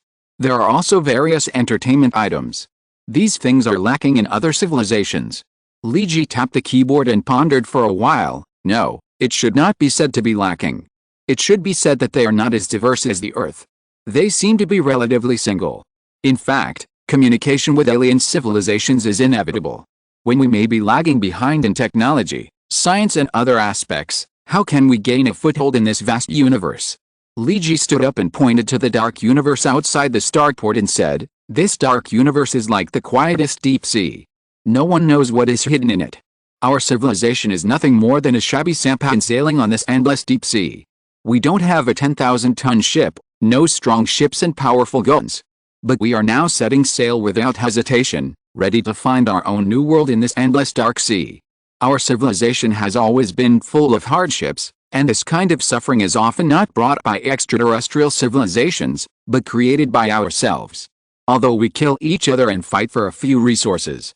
But when the war or dispute comes to an end, there will always be someone who puts down his weapon, picks up the dusty guitar again, and plays the beautiful black and white keys of the pianist again. We humans are good at entertaining ourselves and know how to heal our pain. In the era when we couldn't eat meat, we invented canned ham sausage, to deceive and numb ourselves.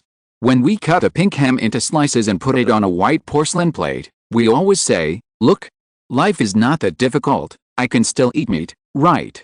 During the years of the Great Depression, workers could save half of their breakfast money to buy a newspaper of the day.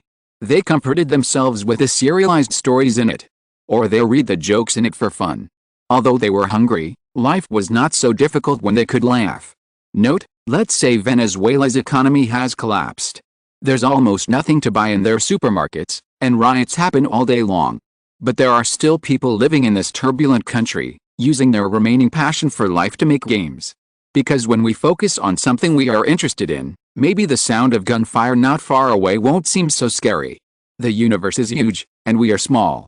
If there is only one thing that can allow us to sail alone in this dark sea and not be so scared, I think it's only our culture. Liji took a deep breath. This is probably the only material we can use to reinforce our small dinghy sailing in the dark universe. Asymmetric wars have never been won by force alone. The prosperity of civilization and even the life and death of individuals have never been determined simply and one-sidedly from a material perspective. Maybe I'm a little whimsical, but maybe. Liji extended his index finger, his eyes firm. I mean maybe we can rely on culture to fight a war without gunpowder? Whether it's movies, games, food, books. As long as we can borrow all the power, we should use it. Interstellar wars may have to be fought, but after the wars are over, we have to find a way to make our civilization stand firm. A war of cultural export may be about to begin. And now, they, Star-Lord and others, are our preliminary preparations for all this. So I said this is a social experiment. We have 5 completely different research subjects. Aside from Star-Lord, we also have 4 completely different alien research subjects.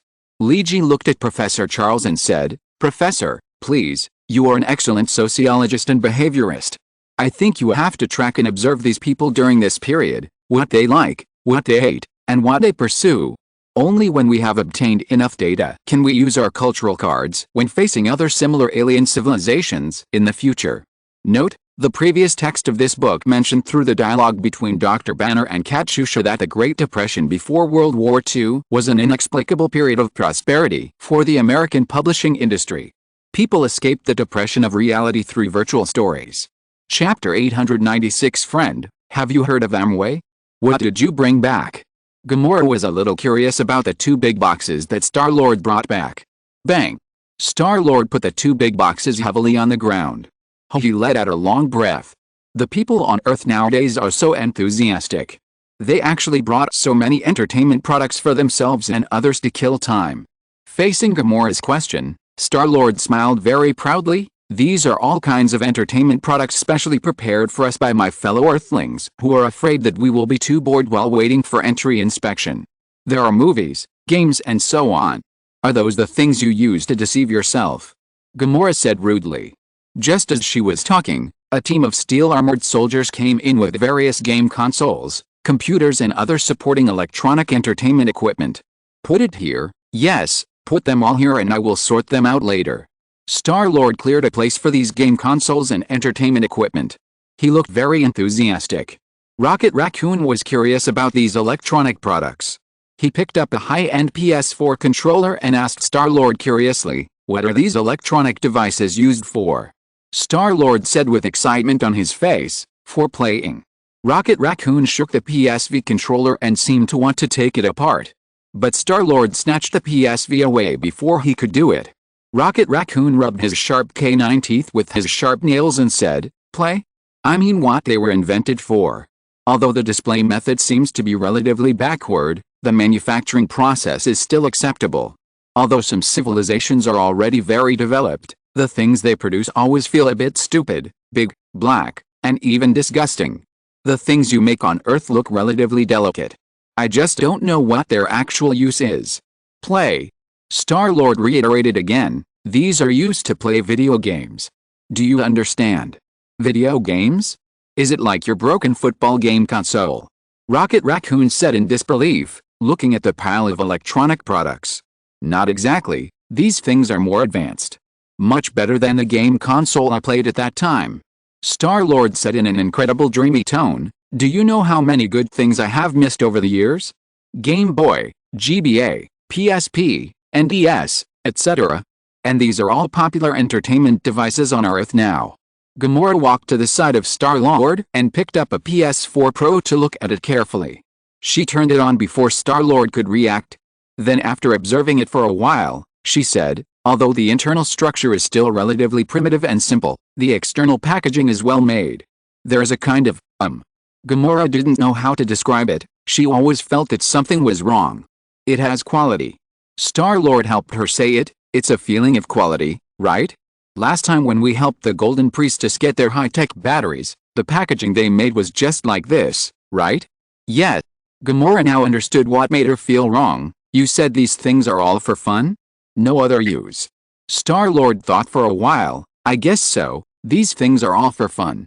Use computer programs to make games. As he spoke, Star-Lord could not wait to install the PS4 Pro that Gamora had disassembled, and connected the power supply and display device. Because the IMAX equipment would take a few hours to start up, Luigi first got them an 80-inch ultra-clear LCD TV. This is the top-of-the-line civilian display that can be bought. Star-Lord is very talented in entertainment, a talent that all Earthlings have. He quickly installed the entire set of equipment after just 2 glances at the instruction manual. He also put a game disc of Horizon Dawn into the game console. Star-Lord, holding the handle, could not wait to play the current video games on Earth. This is a reunion after more than 20 years. After a beautiful CG animation and music, Gamora looked at Star-Lord and frowned. Is this thing really just for playing games? What do you call this? Video game. Star-Lord was so excited that he didn't know why. Compared with the red and white machine he played when he was a child, the function of the current PS4 Pro and the level of games that can be played are completely different. Think about it, your understanding of games is still in the imagination of pixel blocks, the screen is presented in a scrolling way, and there is no plot, or a very simple plot. Suddenly, a full HD 3D, free and open sandbox world, and a rich plot game is given to you. How big is the impact on you? It's like a young man in 1980 suddenly traveled to 2017. The gap of nearly 40 years is dizzying. For example, Star-Lord feels this way now. He thinks he can indulge in these games. And there are hundreds of games in the box that are said to be equally exciting waiting for him to play. Gamora, Rocket Raccoon and Drax don't understand what Star-Lord is so excited about. Even Gamora asked this question, why do you Earthlings waste time making these things? The production of these electronic devices requires resources. And you said that the Earth's resources are tight, and you still make these for fun. By the way, making games should also require special algorithms. You also made a complex algorithm for playing? From music to pictures to operation. How many people and how much time do you need to make a game like this? And these games are meaningless. The only meaning is to deceive yourself and please yourself. Are you Earthlings crazy? In response to the questions of Gamora, Rocket Raccoon and Drax, Groot said he didn't know how to express his emotions. Star-Lord put down the game controller and looked at his teammates seriously and said, that's because you don't understand the charm of these games. Well, now I will teach you how to appreciate the most profound part of Earth culture. Star-Lord looked very serious, and his expression was as if he was saying, friend, do you know Amway? Luigi and others saw all this through the surveillance cameras in the living area. Luigi touched his chin and said, we should help Star-Lord so that he can better Amway Earth culture. Dr. Hank pushed his black-framed glasses. What are you going to do? Luigi said seriously, for example, Work overtime now to make a guide to Earth entertainment culture? Also observe their preferences. Maybe we need to create some entertainment programs specifically for aliens. P.S. Note, at the beginning of Guardians of the Galaxy Volume 2, when Star-Lord and others were protecting the batteries of the little golden men on a planet, Star-Lord held a modified reconnaissance device in his hand to detect the alien monsters that came to steal the batteries. And the reconnaissance device in his hand was actually a handheld game console, the Mattel football game console produced by Mattel. This is one of the earliest game handhelds in the world. So Star-Lord has been a Game Boy since he was a child. Mattel is also a famous Barbie doll production company. If you're listening to this novel on a channel other than Fanfic World, it means they downloaded and uploaded it without effort. We cordially invite you to visit our channel, Mundo Fanfic Novelis. There you'll find the original version of this story, and you can explore many other novels of various genres. We're waiting for you to immerse yourself in a world of incredible novels. Chapter 897 Promotion Plan. It has been 8 days since Star-Lord and his companions arrived at the outer starport of Pluto. During these 8 days, the impact of Earth culture under the deliberate operation of Li Ji and his companions had a huge impact on the members of the Guardians of the Galaxy. In particular, there is a diligent Amway member within the Guardians of the Galaxy. Games are something that requires people to play together. Lonely players are always less interesting than playing together. Especially many Nintendo games, especially the Switch, which has been on sale for less than half a year, have many games that need to be played together. Star-Lord is a person who likes music very much, there is no doubt about that. He likes music and dance, this is his nature. And Just Dance on Switch is obviously very suitable for Star-Lord.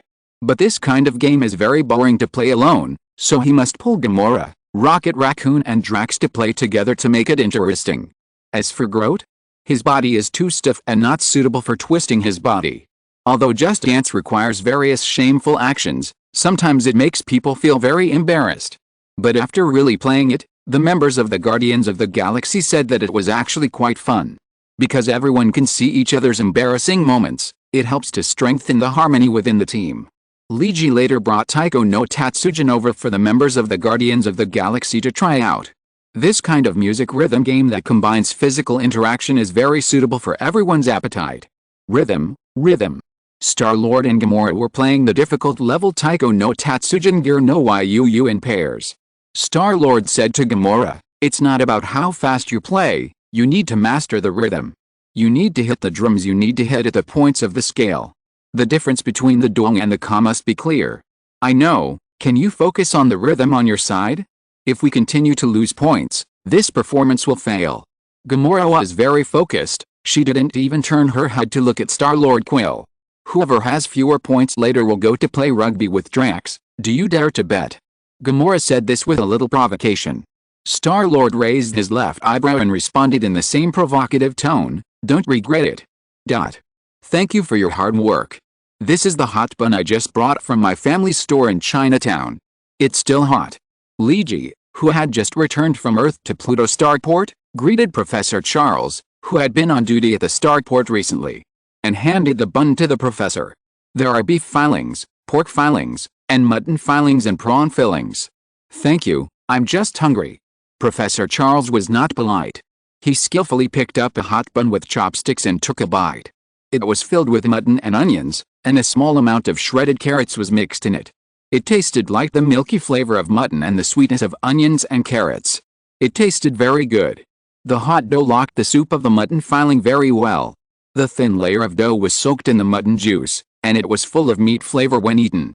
Originally, mutton-filled buns or dumplings in China were mostly served with green onions. However, after arriving in the United States, Li Ji's grandfather had already made improvements considering the taste of the people here. Onions and carrots were used as a combination. This combination is also very popular in the western regions of China. For example, the baked buns in the western regions are filled with this kind of filling, but some baked buns will also add a little cumin. In the Middle East and even further away in Europe, this combination of lamb is very popular. This is indeed a wonderful thing. Many Westerners are not used to eating green onions, but they don't refuse onions. Professor Charles was enjoying the bun lunch brought by Li Ji, while Li Ji was checking the recent situation of Star-Lord and others. Here, you can use surveillance cameras to monitor their activities in public and entertainment areas. In fact, Star-Lord and others have discovered these cameras, because Lee Ji and others did not cover up the cameras at all. After all, this is another form of short-term detention, although it is not imprisonment.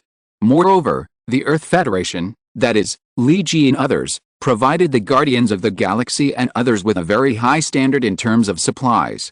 Although there are certain restrictions on freedom, they are not regarded as annoying in other aspects. Therefore, Star-Lord and others did not have much resistance to the existence of such moderate cameras. Lee Ji watched the Guardians of the Galaxy and others having a great time in the surveillance video. He turned to ask the professor, have they been emotionally stable recently? After the professor finished eating all the buns that Lee Ji brought, he wiped his mouth with a napkin and said, very stable. I should say that your idea has some feasibility. As the professor spoke, he pulled up information about Star-Lord on the screen, and then said to Lee Ji, this former Earthling named Star-Lord Quill is very obsessed with various music games. Whether it's Just Dance, Taiko no Tatsujin or Hatsune Miku, Project Diva that you provided him, he is very involved in them. Then the professor pulled up Gamora's data. Although this alien lady looks very tough on the outside, she actually has a very delicate side inside. She actually has the common sensitivity and delicacy of all women, but this layer is wrapped and hidden very deeply by her. From her various behaviors, it can be seen that she had a bad experience. So she lacks a sense of security and has a strong desire for self-protection. So at the beginning, she was resistant to all the entertainment facilities and entertainment supplies we provided. Until I suggested to Star-Lord that I use their intelligent translation equipment to help him translate the TV series Downton Abbey for Ms. Gamora to play. Some of the stories in it, those struggles for power and intrigue, and those stories about the class system touched her. It seems that this story resonates with her life in some way. Although we repeatedly emphasize to her that those stories are fake. But her mood always fluctuates with the ups and downs of the plot. Lee Ji nodded, and then asked, then what about Drax the Destroyer? He doesn't like video games, TV series, or movies. Professor Charles said this, but Lee Ji didn't find it strange at all. If even a tough guy like Drax is obsessed with video games or paper wives, then he really thinks that this universe is hopeless. Can you imagine a super strong man like Arnold Schwarzenegger, who is as cool as the Terminator T-800, holding a mobile phone and licking the screen? Then he shouted while licking, Shimakaze-chan is really great. Admiral, I will reward you well today. Just thinking about it makes Lee Ji shudder all over. This kind of picture should be left to others. Although Drax doesn't like these things, he likes our sports games very much. There are rules, competition methods, and various strategies, but he also likes sports games that emphasize physical fitness. In his words, these things are much more interesting than gladiatorial combat. Gladiator combat is too simple, Professor Charles said and hung up the picture of Drax. In an empty field, Drax was charging. And the ones playing with him wore the steel armors that Tony had reinforced these days. The two largest ones looked like they were bigger and more powerful than the anti-Hulk armor that Lee Ji had seen in his previous life. And some small armors were also bigger and stronger than ordinary armors. This huge field looked like a rugby field, but it was much bigger than a rugby field. Drax was running at high speed while holding a ball made of titanium alloy. As you can see, he likes playing football very much. However, he has a very strong physique. Unless Thor and Banner are allowed to play, he can only play with these sports robots made by Tony. He has already crashed 2 large mechas and 4 small mechas in the past few days. Our losses are a bit too much? Hearing Professor Charles's little complaint, Lee Ji rubbed his hands together and said, it's just temporary. We are just doing an observation. We don't have to support them all the time. Besides, Dawn Company is going to expand its production capacity, and the X Reborn potion will be launched globally soon. After that, we can promote the 2.0 version of the X Reborn potion. We will soon have a new source of income. This is nothing. By the way, what about Rocket Raccoon and the Tree Man? Lee Ji doubted whether the Tree Man Grodd and Rocket Raccoon would like anything. They looked silly and crazy. They are watching Westworld in the IMAX theater. Professor Charles said a little speechlessly, since I helped them translate this movie, they have been addicted to it. Especially Rocket Raccoon. He seems to have a lot of sympathy for the robots living in Westworld. He has watched this movie several times. It seems that the story of Westworld evoked some memories of him.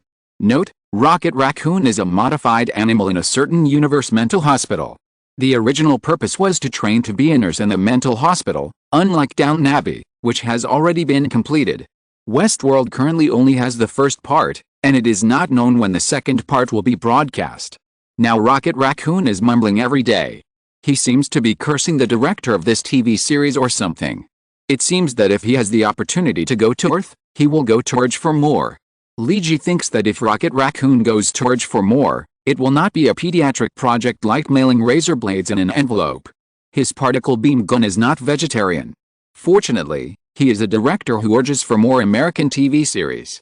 Generally, American TV series with good ratings will always be completed.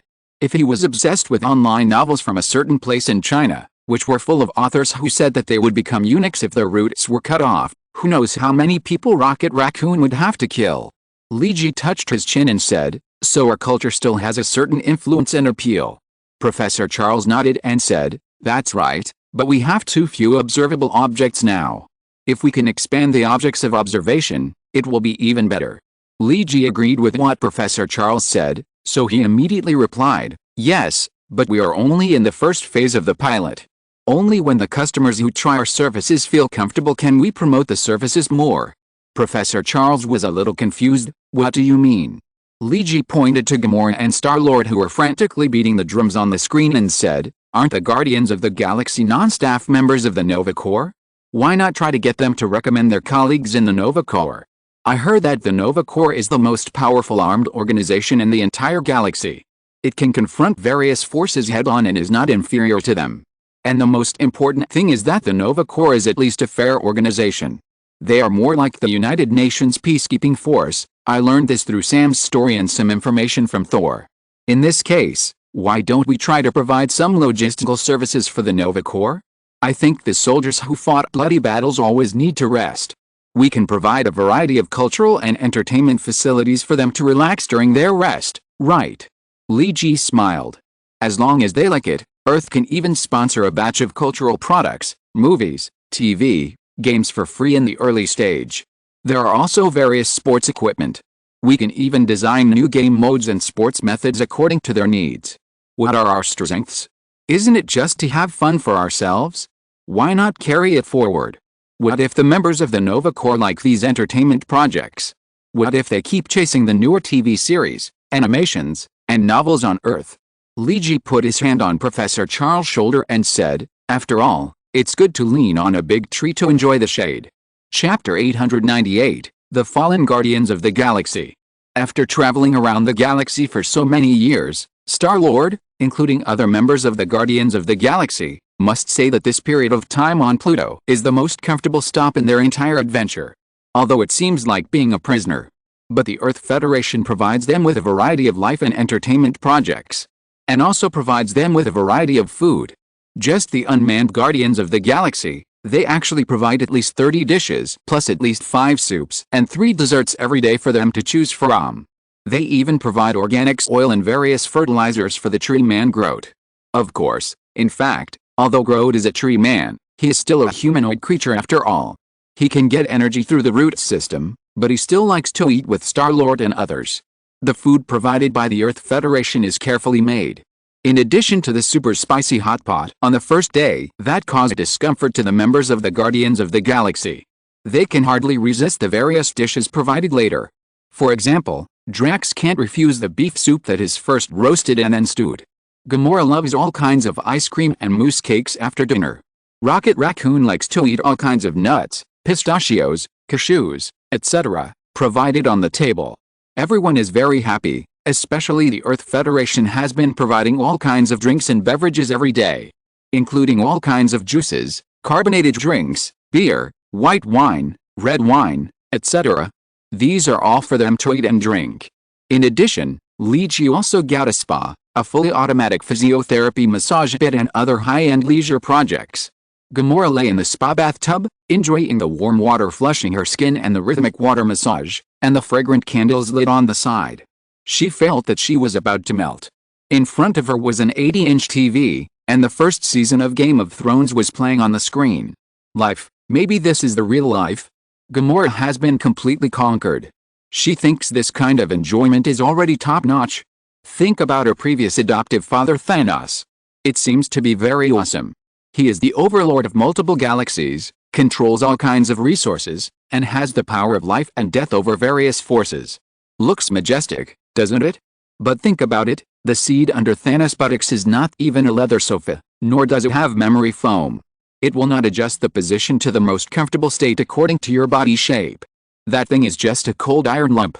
Although it is inlaid with gems produced in various galaxies, and is made of precious metals melted and offered by various forces to show their submission and dedication. No matter how gorgeous words are given to this thing, for example, Unicorn Thanos Supreme Exclusive Throne. Even if the name is loud, it can't cover up that this thing is just a piece of cold scrap metal. Will it be comfortable to sit on it? Anyway, Gamora feels that her lumbar spine and buttocks will not have any good feelings for the all-metal seat. That seat is like the Iron Throne in A Song of Ice and Fire. It looks good, but it must be uncomfortable to sit on. In terms of comfort, it is definitely not as comfortable as the big sofa in the first-class cabin. The tight wrapping feeling makes people's bodies sink deeply into it, as if being embraced by a warm woman. Plus electric heating and massage functions. Anyway, Gamora thinks that this first-class sofa is far better than Thanos' throne. With a 90-degree right-angle backrest and a metal seat without any ergonomics, has Thanos really not had a herniated disc in all these years? Or did Thanos secretly apply a plaster to his lumbar spine when no one was around? Not only Gamora has fallen for this kind of enjoyment, but the other members of the Guardians of the Galaxy have also fallen for it. In addition to exercise, Drax also likes hot sand baths very much. The feeling of burying him layer by layer in the hot sand makes people feel very comfortable. Especially when buried to the neck, he said there was a suffocating comfort. It was probably a real suffocation. After enjoying the sand bath, Drax always goes to the restaurant with Rocket Raccoon and Groot to enjoy delicious food. Because a warm bath always makes you hungry.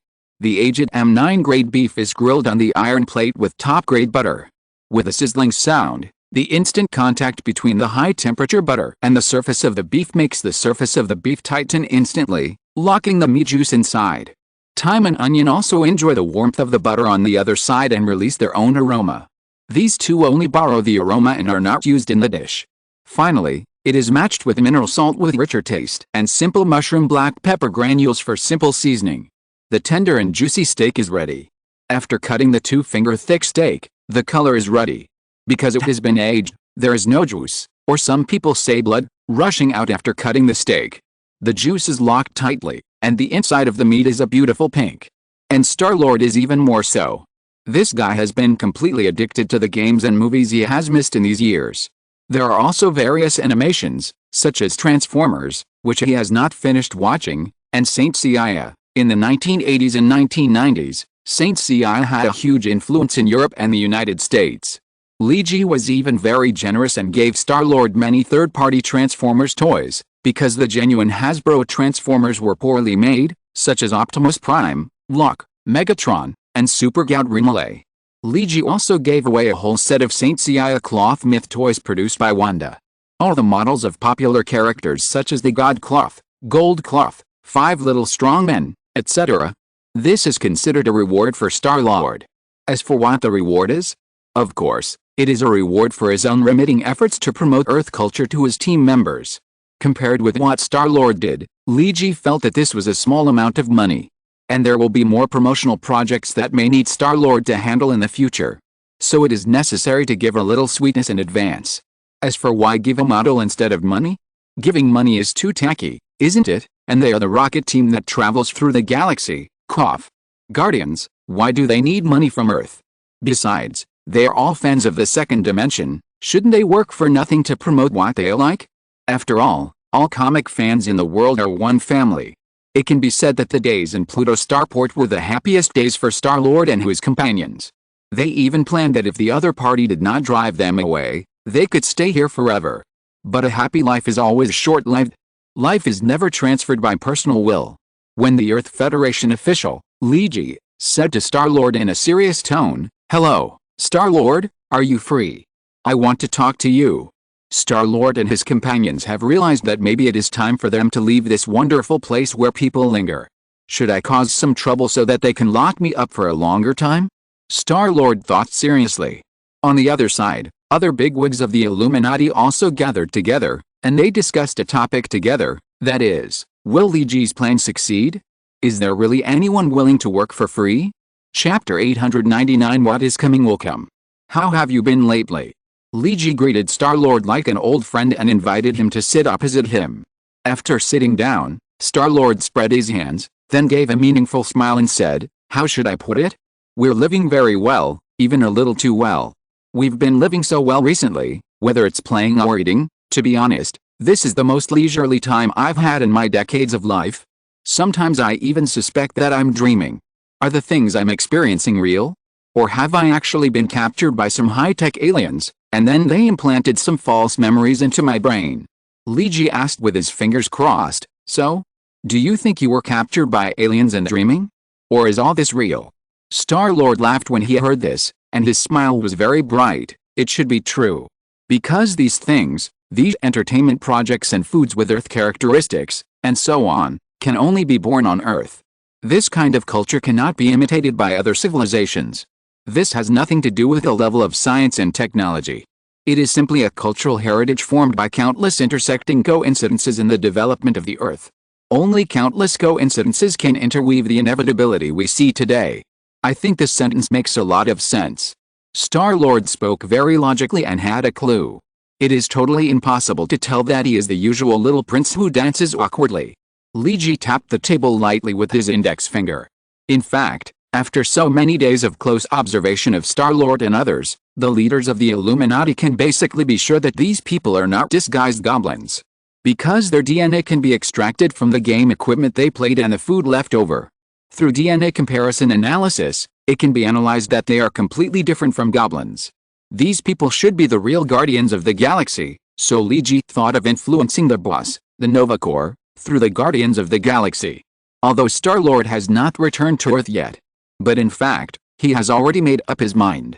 These people on Pluto are indeed Earthlings, not aliens in disguise. Because many things can be imitated, but cultural values are difficult to imitate. Especially Star-Lord has traveled to so many places in the universe. The more places he goes, the more he knows the uniqueness of Earth culture. It is impossible for people who are not rooted in this land to imitate so many brilliant cultures. It seems that video games, TV dramas, movies, etc. are a bit superficial. But often these superficial things contain some of the most profound philosophy. We are mocking the happy endings of Hollywood movies and looking down on Disney's family movies. But why are these movies made like this? Because these movies have an audience. Because these are the things we agree with from the bottom of our hearts. Loyalty to family, loyalty to feelings, loyalty to friends. This is the value orientation of mainstream society.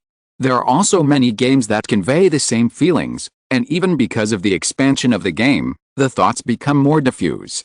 For example, we often see the plots in the game discussing the 3 ultimate problems of mankind. And these problems and these cultural values are all rooted in thousands of years of human culture, or even in our genes of hundreds of thousands of years of evolution. And the charm of Earth culture comes from this.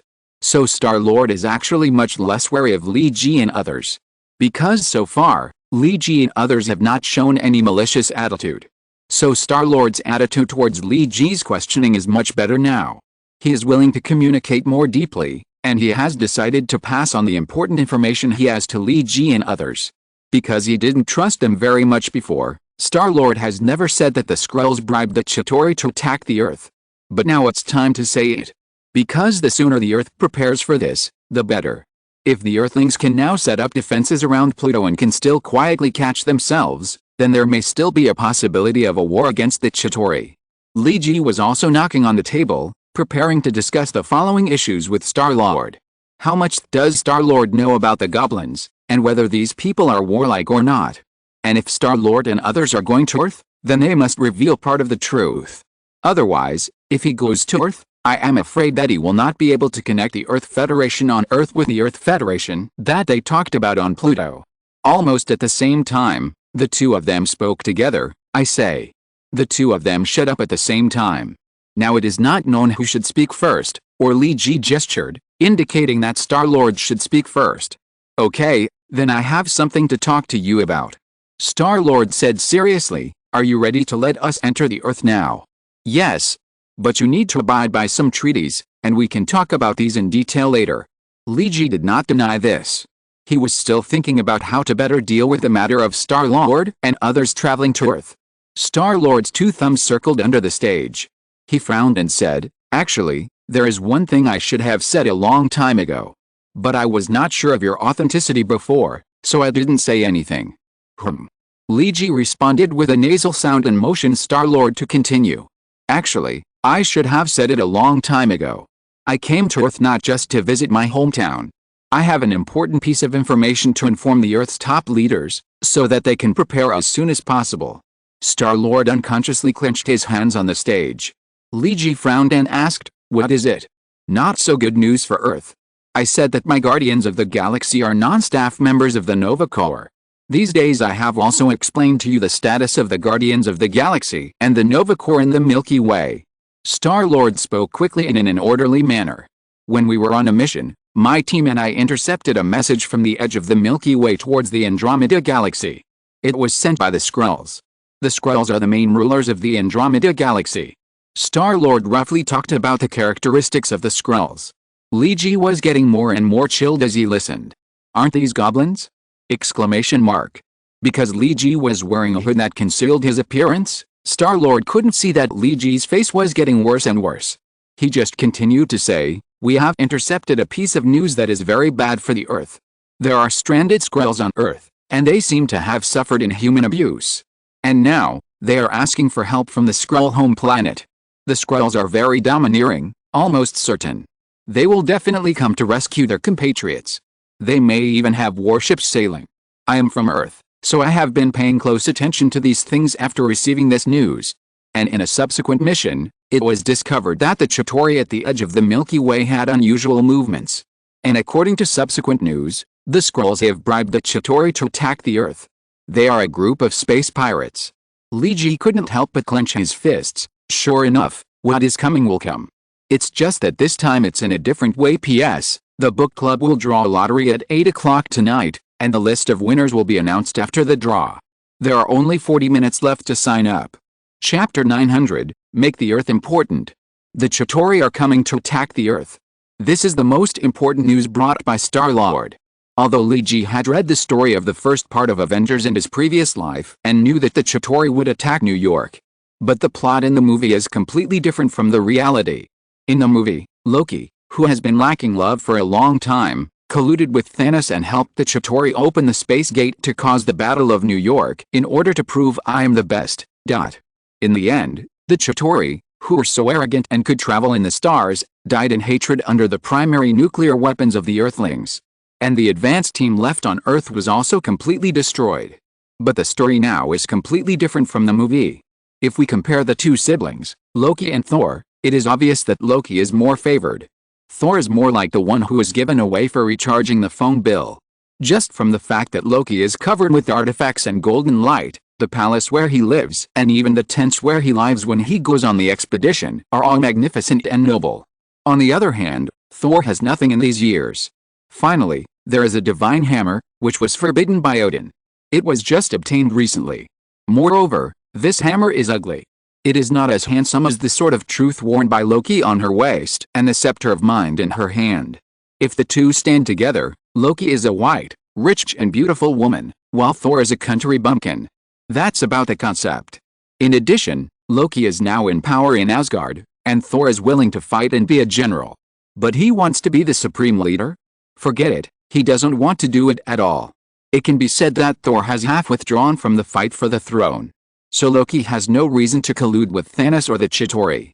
Originally, Li Ji hoped that the New York War of the Chitauri would not break out, and just let it go with the wind. But now it seems that he thought too much. Although there was no Loki to make trouble, the incident of the Skrulls being eaten seemed to have caused a bigger disturbance. Because the Skrulls in the Andromeda Galaxy have not yet opened a Stargate to come directly to Earth, and they would most likely be rejected if they wanted to use the Nova Corps Stargate.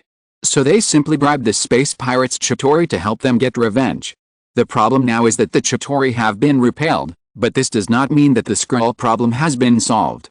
Li Ji felt an unprecedented headache, but the problems needed to be solved one by one.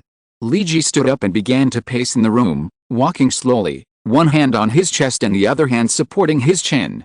He walked back and forth several times before he spoke to Star-Lord. "Then I have something to tell you, Star-Lord. Actually, the Earth is not very developed right now. The Earth is just in the stage of technological and civilizational progress. We have only just been able to mine ore on the moon." "What?" Star-Lord looked at Li-Ji in disbelief. "So aren't we on Pluto now? Or are the starports and interstellar fleets outside all made of paper?" Li-Ji spread his hands. "This matter is very complicated and requires a little explanation. Have you heard of the legend of the Knights Templar when you were a child? A very popular legend in the United States, mentioned in various film and television works." Star-Lord frowned. "Yes, I've heard of it. I still remember some of the plots in Raiders of the Lost Ark that I watched back then. And I often hear this term in the games I play these days. An organization that secretly guards the world, or controls the world. You're not going to tell me that you are actually from the Knights Templar?" Star-Lord pointed at Li-Ji with his index finger. Li-Ji shook his head. "No, we are not the Knights Templar. But sometimes our duties are similar to those of the Knights Templar. We are guiding and protecting the world in secret. This is not manipulation. I can let you return to Earth, but you need to keep our existence secret. And we will also keep an eye on you. I believe you have recognized one of our members. Captain Steve Rogers." Star-Lord did not deny this. "When he showed up, I thought he just looked like him. After all, I read a lot of his comics and cartoons when I was a child. I've also seen his statues in museums. Shouldn't he have died in World War II?" Li-Ji spread his hands and said, "It's a long story. You can find the answers to the specifics after you return to Earth. Our home Earth has too many disputes and battles, and the wars are endless. We hope that everyone can stop killing each other. That's why we come together. We want to make the Earth better little by little. But now it seems that we don't have much time left." Li-Ji was referring to the attack of the Chitauri and the Skrulls behind them.